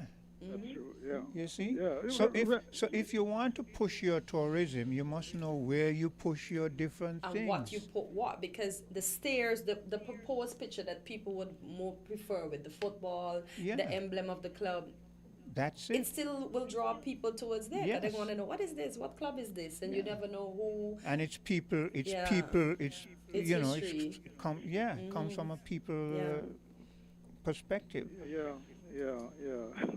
You know, sometimes we just like to Create shoot problems for ourselves, unnecessarily. Yeah. But there's something else I wanted to draw to your attention. The other night, I listened to a prominent person in the community calling into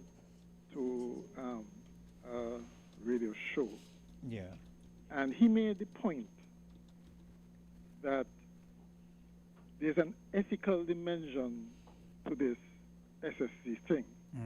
We've been skirting around it, and that is the fact that the Premier's wife is apparently the key real estate agent. Hold just a second there. I've not skirted around it. Recently, when you and I were speaking, I brought it up, and you sort of expounded on it a bit.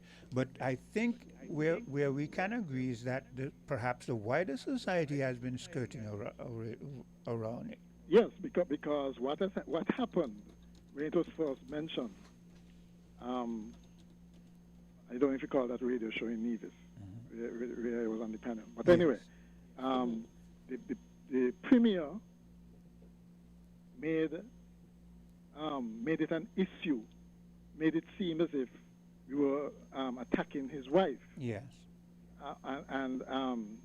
Basically saying, well, his wife ain't supposed to work. Yes, you know, yes. those kinds of things. Okay? And so people, I think some people kind of became withdrawn. Yes. Yeah? Because nobody wanted to be seen to be attacking his wife. And not only that, remember he's a lawyer, and people are thinking, Right. you know, they want to avoid litigation and that kind of stuff. Right. But Yeah. the caller pointed out the obvious conflict Yes. of interest. Yeah. Well, look And here. Look at he this. suggested. Go ahead. He suggested that the premier should recuse himself from all the processes, like the promotional processes and any process that involves the zone on the basis, the approval processes and so on the basis that his wife is so involved in the project. Yeah.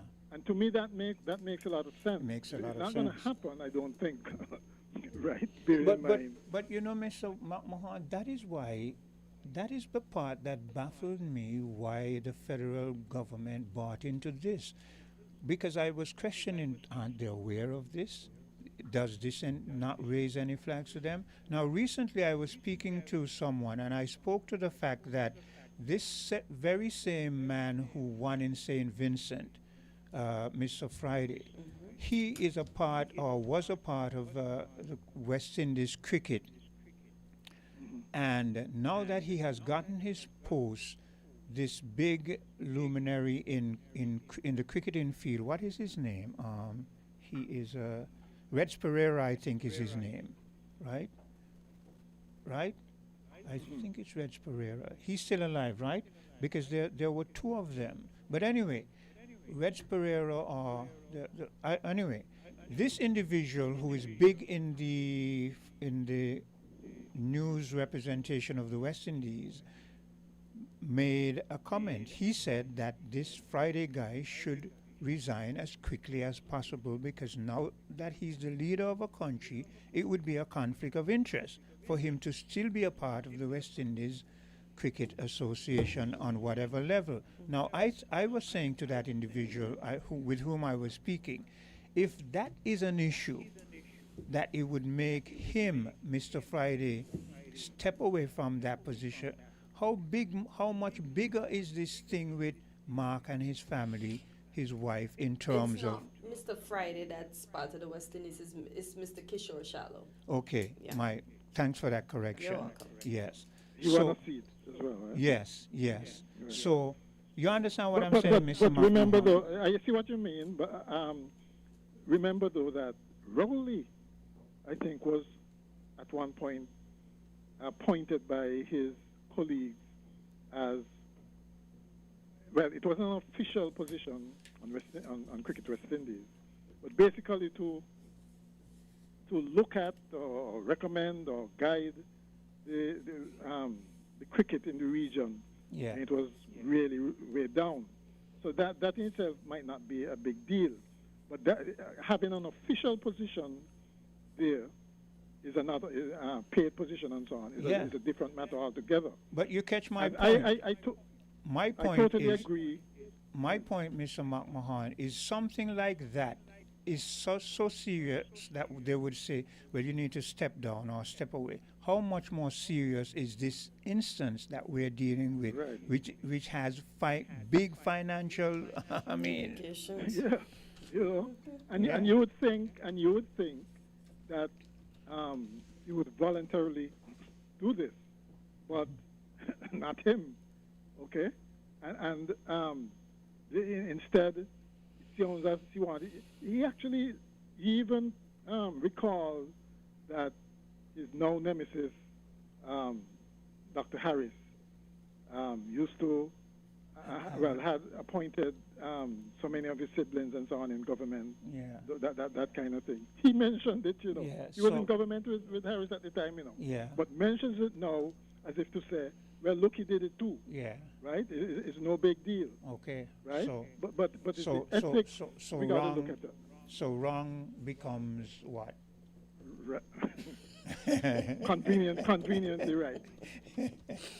You know, and so really and truly that is what should happen. Yes. But I don't think it will, and this is where things like the Integrity Commission and the DPP should be able to come in, because there are laws on the books, I think, concerning integrity in public life, yes. conflict of interest, and Yeah. those things. And they should make pronouncements on them. Yeah. You know, we should not just accept the Brantley thing. Oh, well, we're small. That is how things are done. No, there are ethical questions involved. And Yes. you should not ignore them. Yeah, you should not. All right. Because it's only going to go from bad to worse if we Exactly. continue on that vein. You know, anybody else can come and do the same thing. Or worse. Pretty much. Or worse. Yeah. You know? Okay. Okay, then. Yeah, so let's take a bit of a commercial break and we'll be right back. WINN is 98.9. 98.9 is Win FM.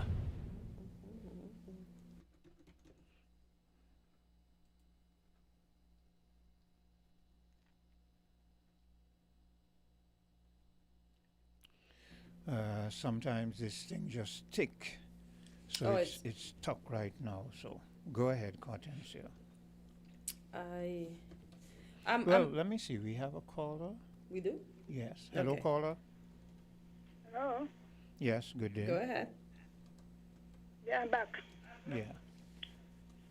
Your radio volume is down, you know. Mm, Are you aware of it? no, but we're going to, now that you've said, we're going to see if we can rectify that. My one got to go all the way up. Okay. All right, now, when I heard that they're going to build a mosque, are you aware who financed the construction of the Fort Thomas Hotel? No, I'm not. Mr. Llewellyn Bratcher encourage poor, ordinary people. Oh, you mean the original? I thought you were speaking about what is to be. They build the building and then they Yeah. franchise it out, right? Yes, yes. yeah. I'm aware of that part. The history. Yeah. Of that, yes. Now you're gonna tell me after the Fort Thomas people left, Holiday Inn left, it has been more or less allowed to run down. When the issue of the ownership came up, I think the government took possession of it. And you are going to take up our heritage and hand it to people. Go down Fortland, go right in front of the technical college. The monument and the museum and all of that for Mr. Bratcher, still waiting to do. You understand that? Yeah. If they want to think, they could have donate the money first to finish it or whatever is required to get the property. The museum has been under construction for now how long, God knows. Can't finish. They want to display inside here. I am very disappointed, Dr. J, you know. You can put on all the dashiki, because I don't trust a lot of dashiki people. Say kids. Your life speaks more than how you dress. Yeah, that is true. Your life speaks more than how you speak. I mean, how could you live with that?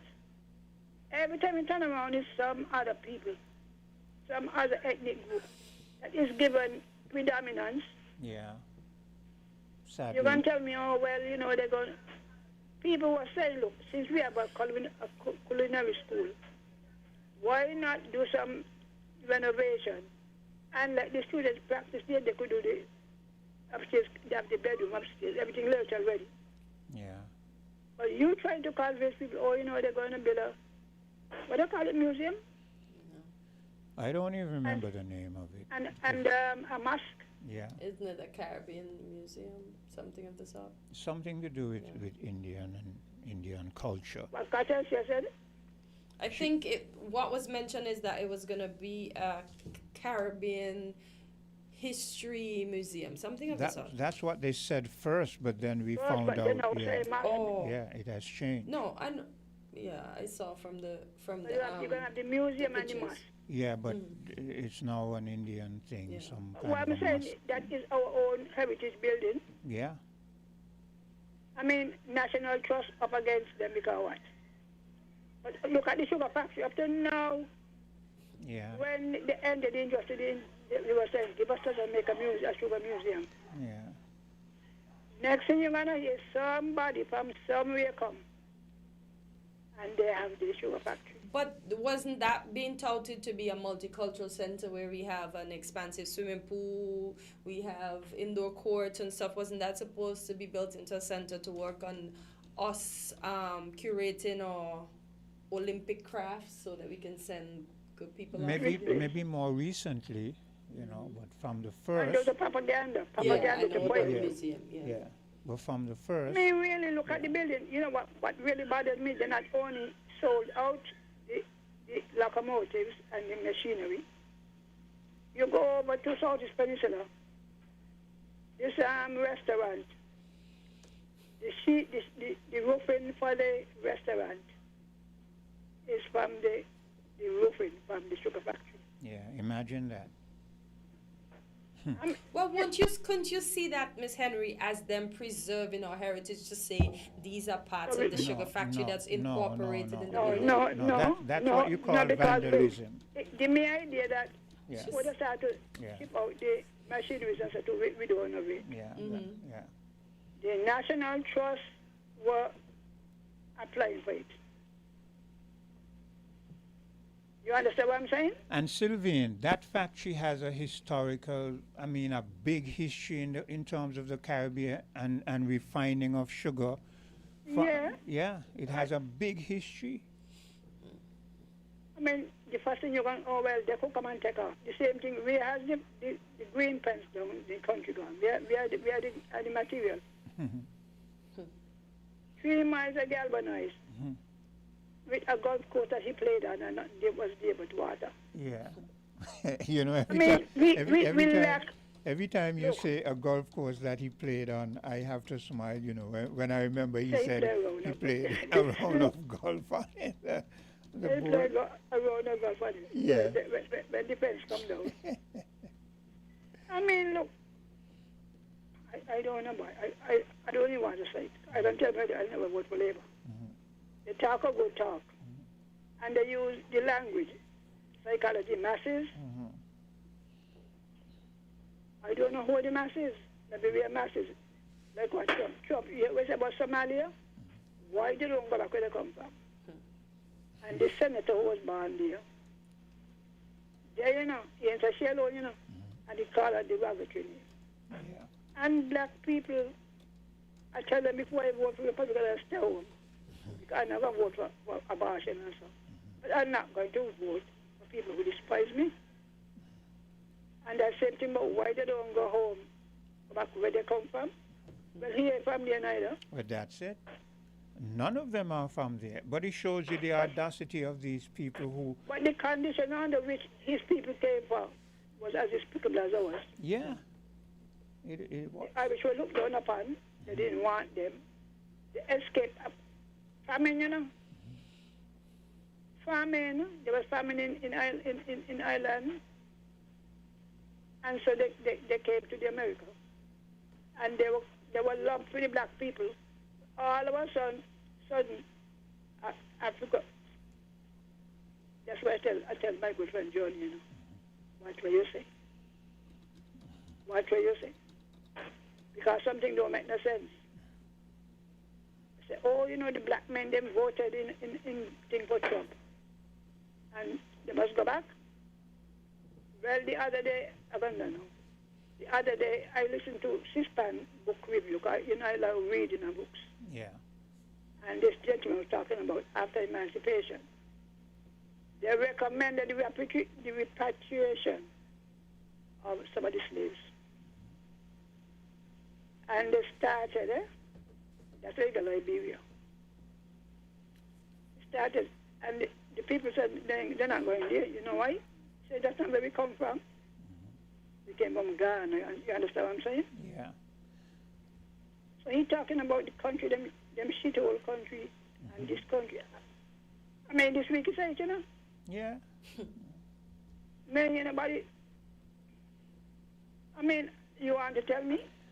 Look, You want- I've known a few people here, right here, who you couldn't say nothing about Trump, and now they're quiet. And as a matter of fact, I heard one of them recently say, "Boy, come like Trump is the Antichrist." Come like so. The man was before he went in there. I don't understand people, you know. So when I hear our own people walking around in their shiki, I said, take it off. Mr. Bracha didn't hide his colonialism. You know. Sylvian, that's why they don't like you, you know. That's why you're too outspoken. Jesus love me. This I know. The Bible tells me so.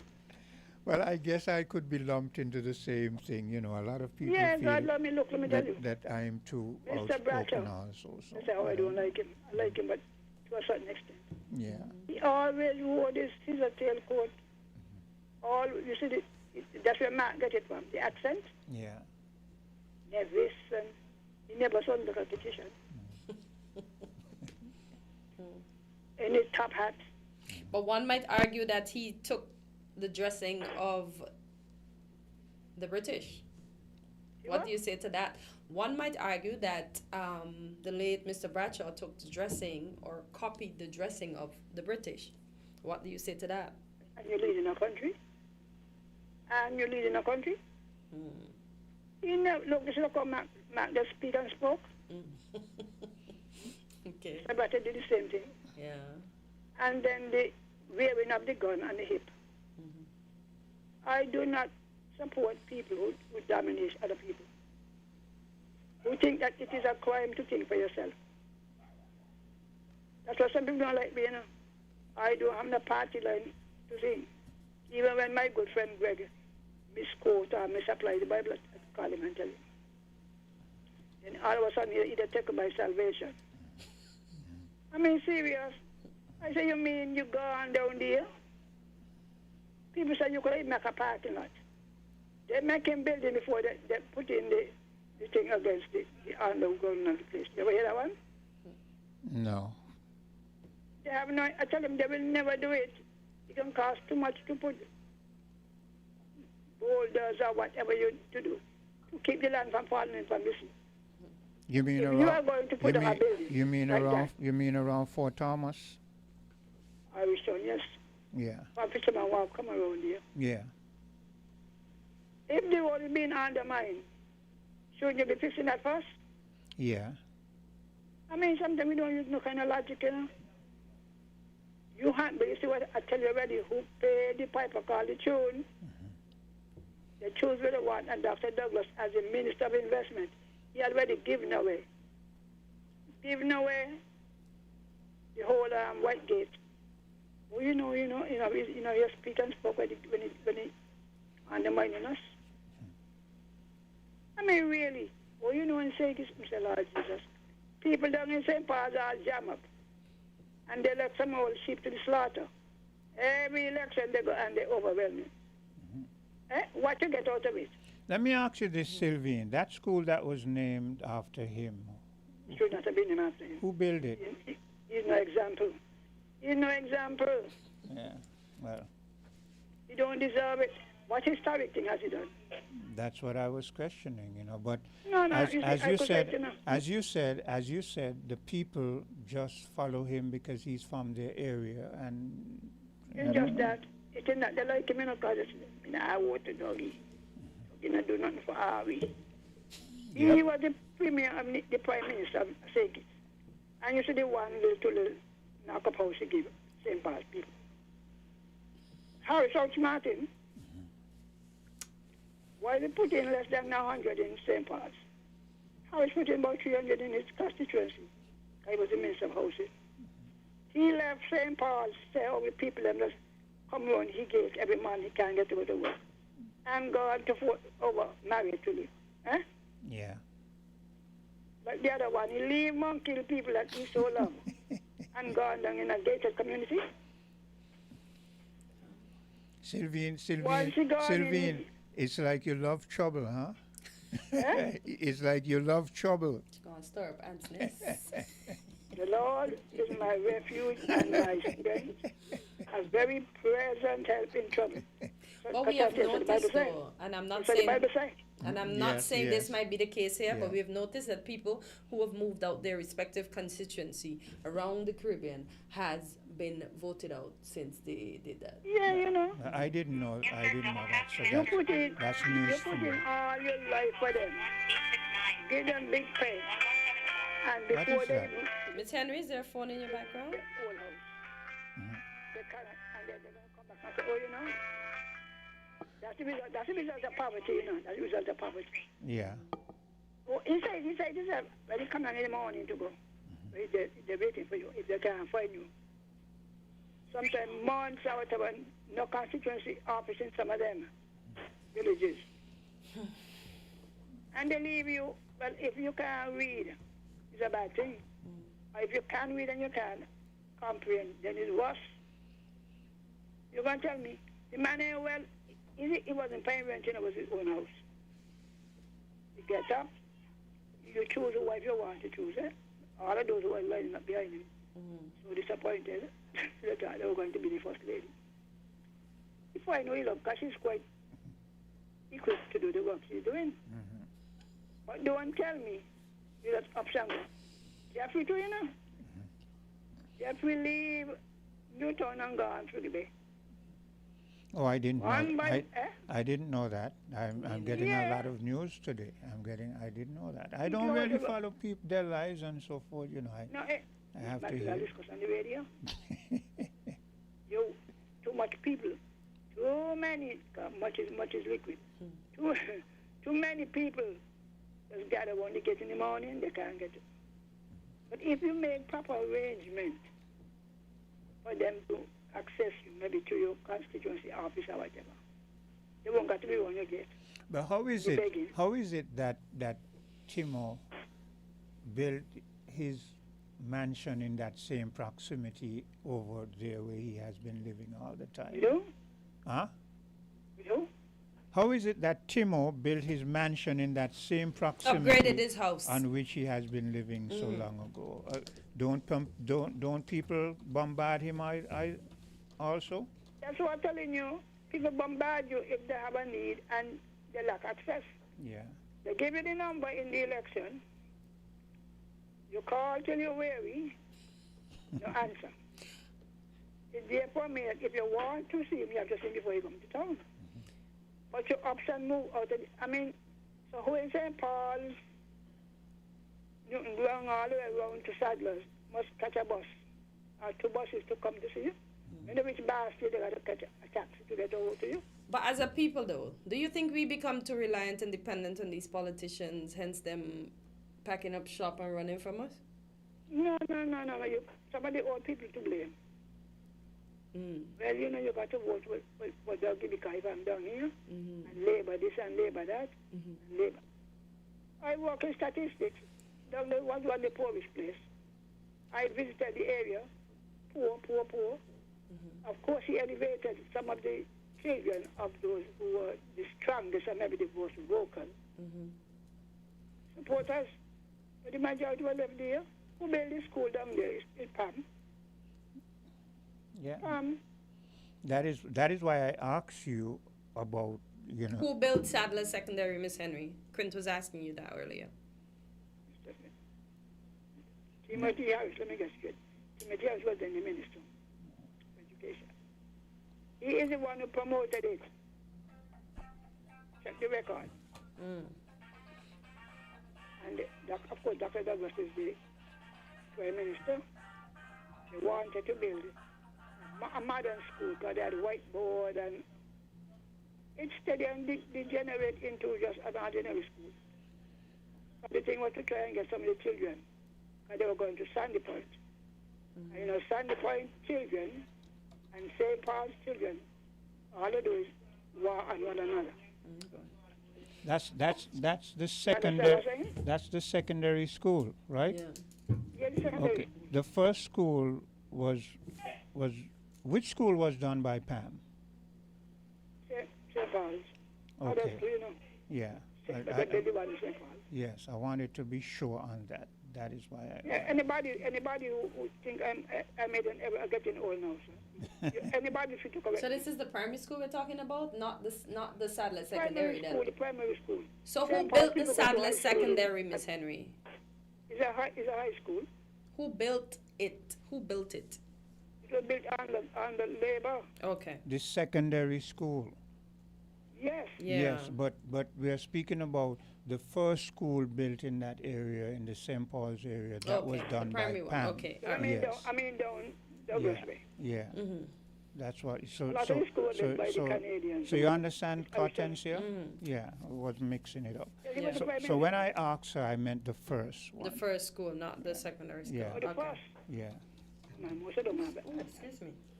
Some of the schools had, you remember the Canadian built a number of the schools in Newtown, Yeah. Irishtown, some of those in the country, because they were still using these one-room schools. Mm-hmm. I taught in two one-room schools. You know what I mean by one-room school, right? Like the preschool, high you school. just separated by chalkboards. Right. Yeah. You go back to back. Yeah. I taught in Trinity School, which is now called Brandy Welch. It was down opposite the Anglican Church down there. Taught down there for 3 years. Then I went to the Bassett Girls School, which was open. I taught there for just a year or two, and I went to college. I practiced teaching the boys' school. But I believe Tabernacle, some of them in the country. Kayama built, I think, in 1940s. Some of them were built in the 40s. You know, but village school now used to be in the Methodist church in the village. You know that? No. The Johnson Village Church. Sylvine, we're 10 minutes over time now, so. Hold on. Sorry about that, but all I was expressing my disgust Yeah. at the thought of handing over the Fort Thomas Hotel compound to a foreign entity. I agree. One that's up there creating havoc with the black Africans, them. All the people who's Africa, they say nothing. All right then. Okay. Anyway, let's say have a good day. Have a good day. Same to you. Thanks for your contribution as always. Yeah. So your closing remarks? Just to have a great Thursday, and I will see the listening. Well, not see. I will be back tomorrow. I'm not going to be here. Okay. So have a great day. Same to you. All right. We're different. We're 98.9. 98.9. Win FM. Hey, have you heard about the water shortage in our area?